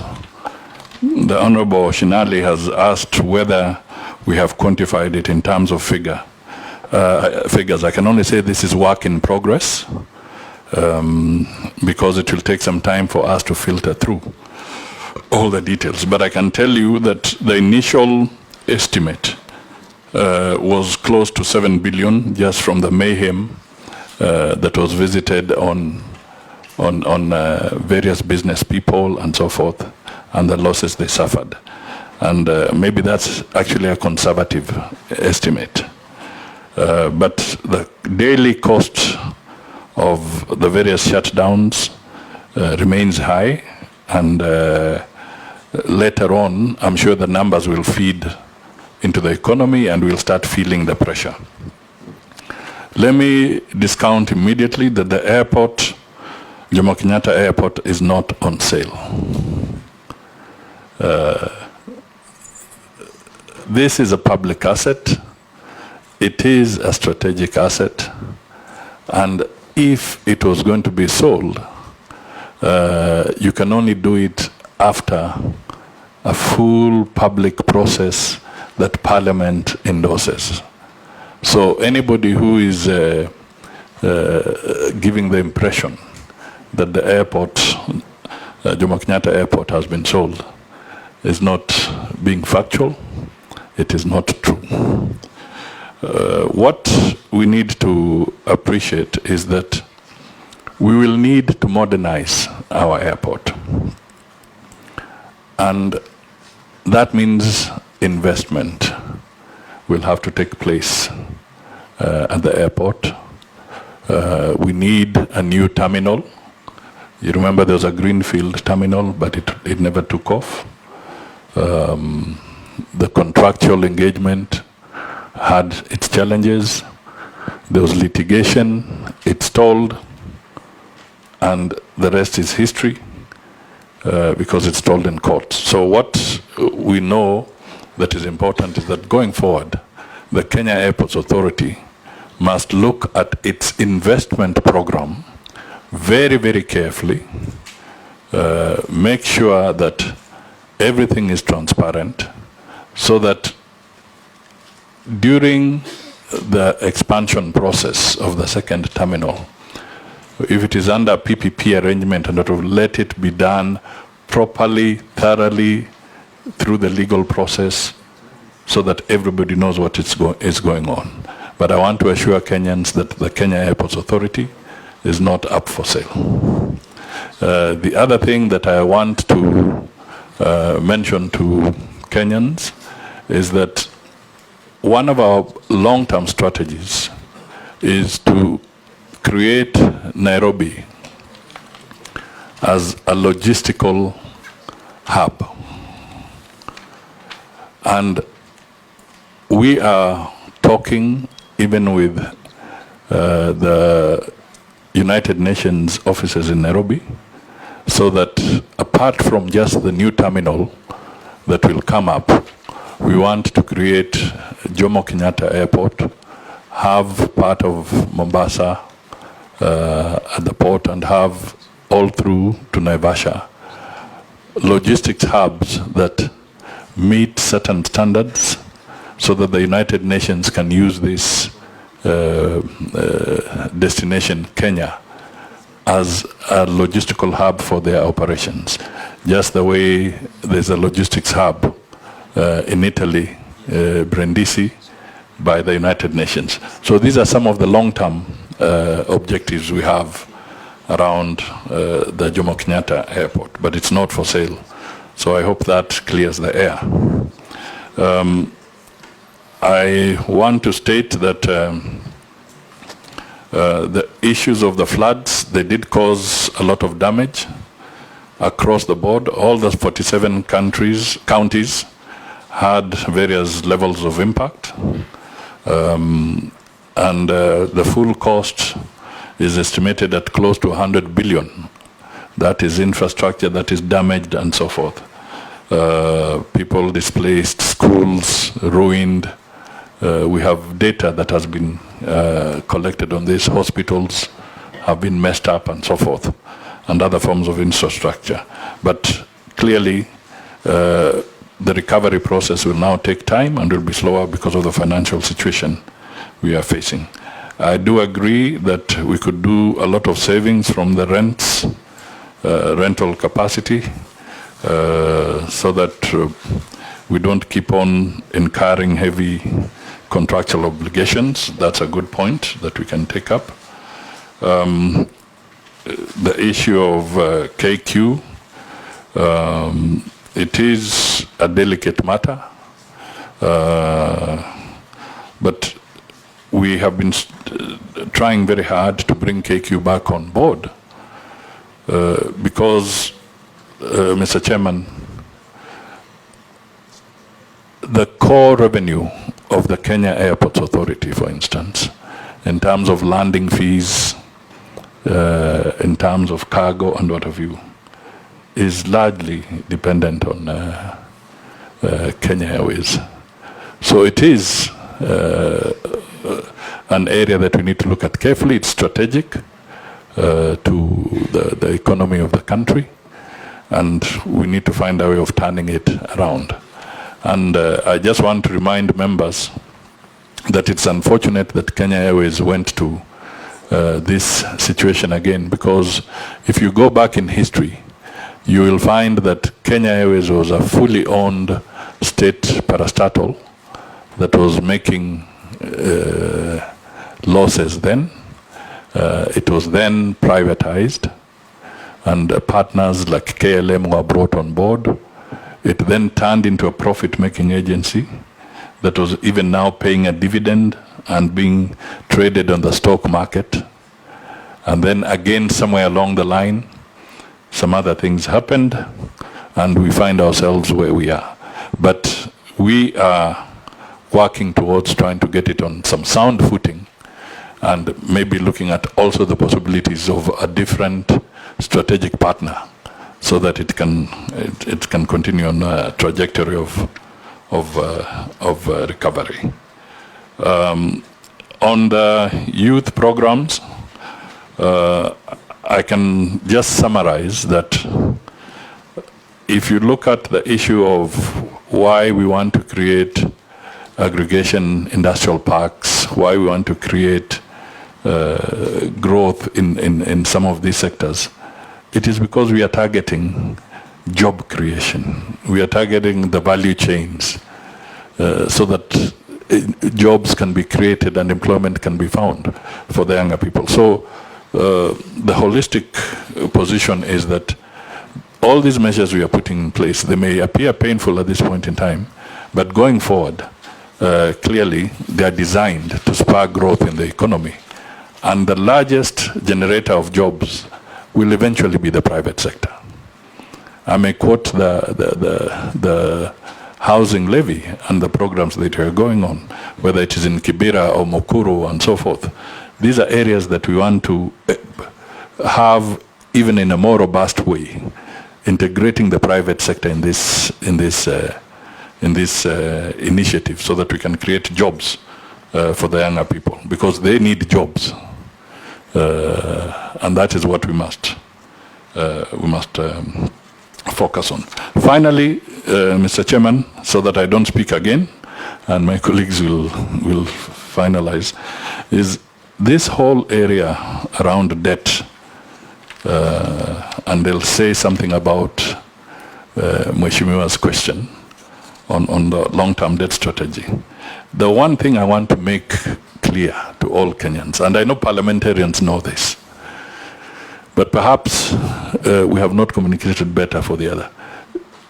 Whichever way we go, we will have to pay our external debt. It will not be written off. So our Kenyans, it may appear sometimes to give simplistic solutions, but there are no simplistic solutions. We will have to settle our debt. That is what makes a nation.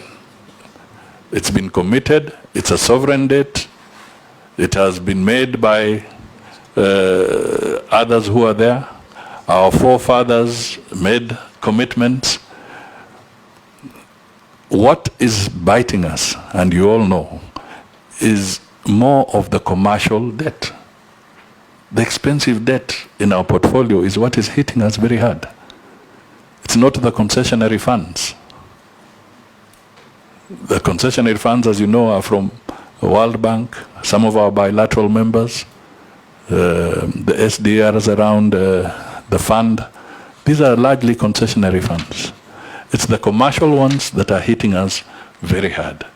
But the reality is, they are sovereign debt. We cannot run away from it. Even if another person took over, whether it is Atandi and he became president of Kenya today, and maybe one day he will become, he will still have to deal with the public debt. It will not be written off. So people should stop moving around and giving the impression that these debts can be written off. They will not be written off. We have to pay. The lessons we learn is how do we engage in entering into debt as we go into the future. But the reality, we have to pay. And again, for those who are speaking, for you to have credibility as a nation in terms of settling your debt, in terms of being able to pitch for your country, again, I want to dispel another rumor, because it's important I speak to Kenyans with the full truth, and as they say, speaking the truth and nothing but the truth. In order for us to resolve our debt challenge, we have to have a program with the IMF.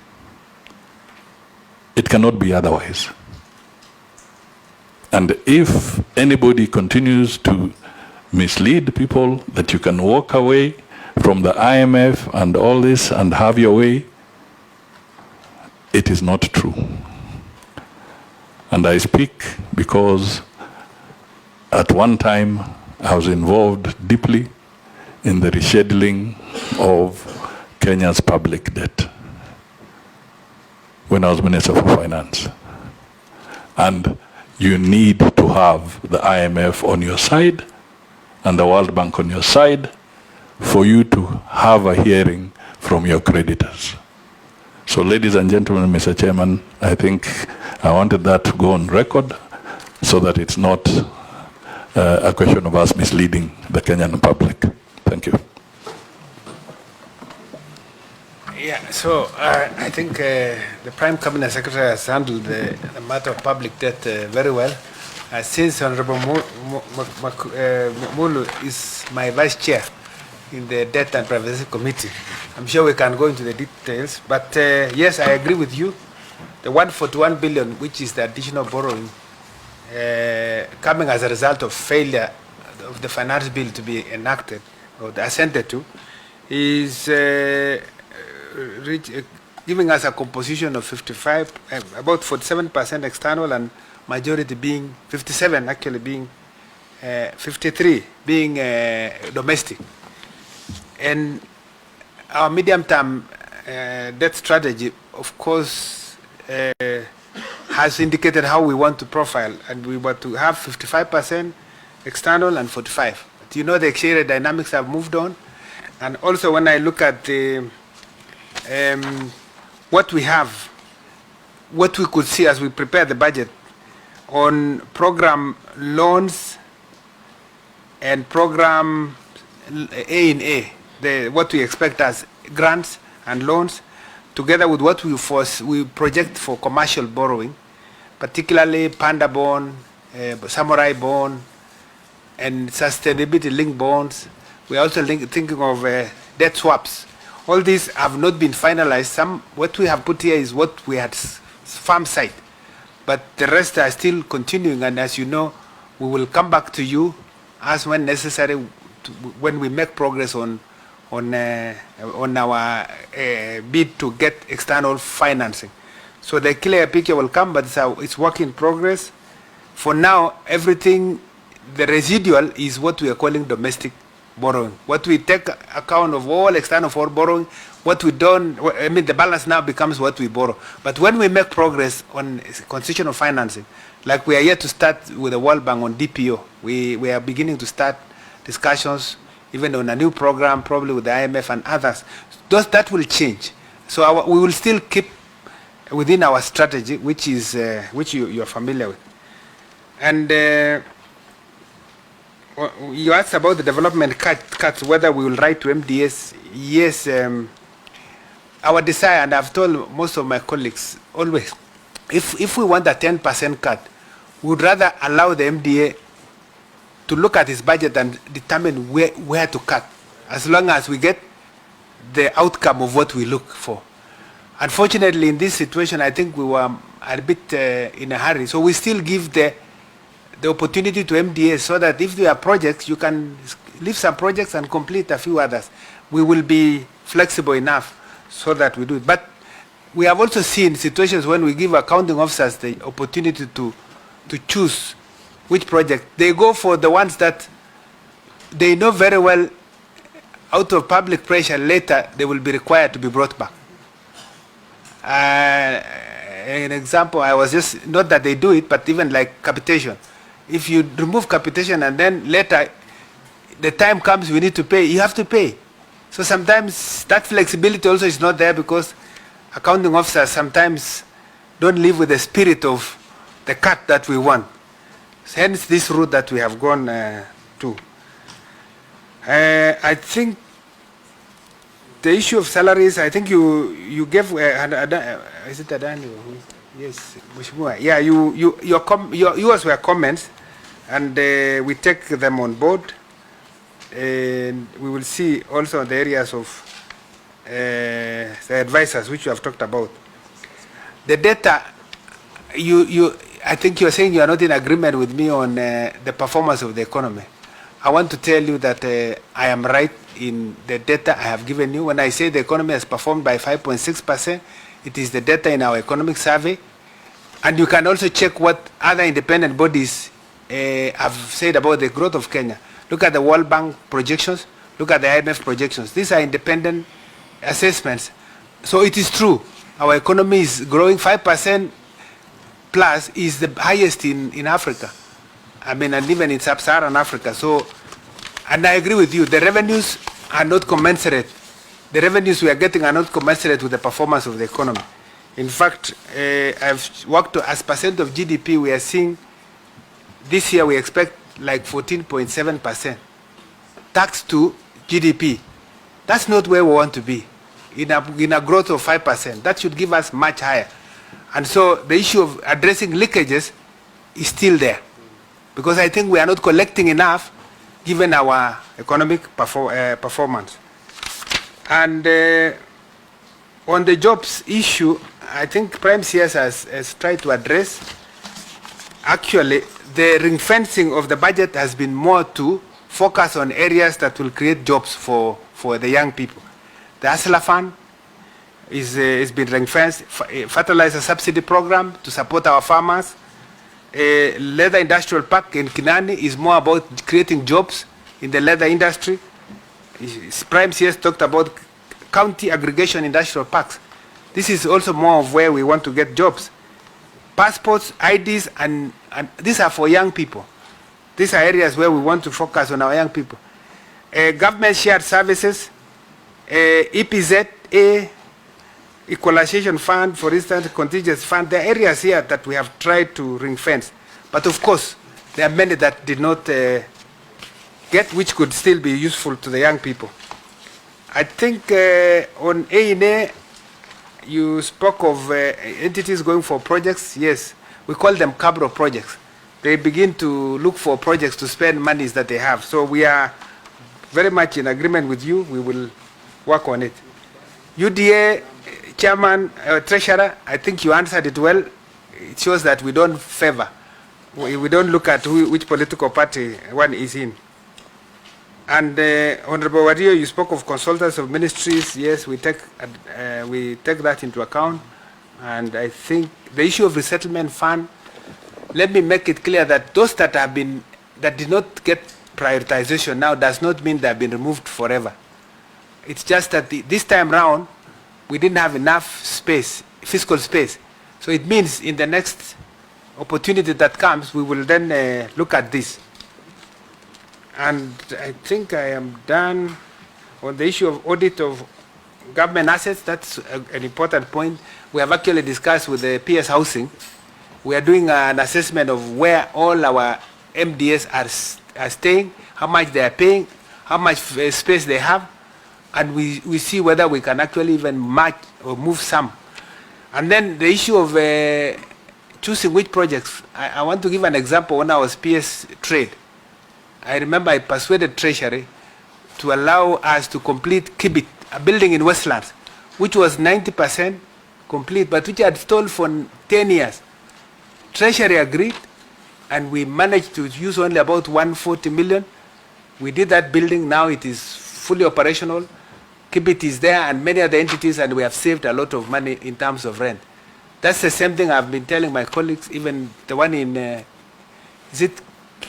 one in industrial area. That Kirdi should be completed. We just need to ring fence money, have it completed, and then we use it. And these are practical ways that we really need to do. And we are engaging our colleagues on this. And so thank you for all the comments that you have given. I think I will stop here for now. Members, you seem satisfied. Anyone with any other issue? So thank you very much, members. Thank you very much, the team from the National Treasury, led by His Excellency Musalia Mudavadi. We, as I have said, are on the same team. All of us are Kenyans, and we want the best results for our economy. And therefore, whatever we are doing on this side, and whatever you are doing on your head, we are playing the same ball. And we'll do our best even as we anticipate to table this report tomorrow. So thank you very much again, and let's keep this engagement. Thank you very much.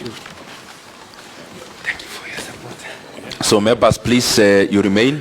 There is another session Chair. for report writing. Chair, I want to take this opportunity to congratulate the PCS for the work you've done. You've just been elevated recently, but you've done a fantastic job. So congratulations and keep it up. Thank you. Thank you very much, Honorable Dan Mwashako.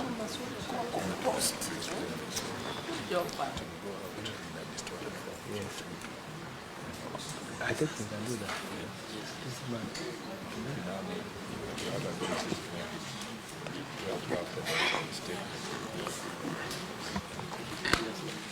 We can actually do that.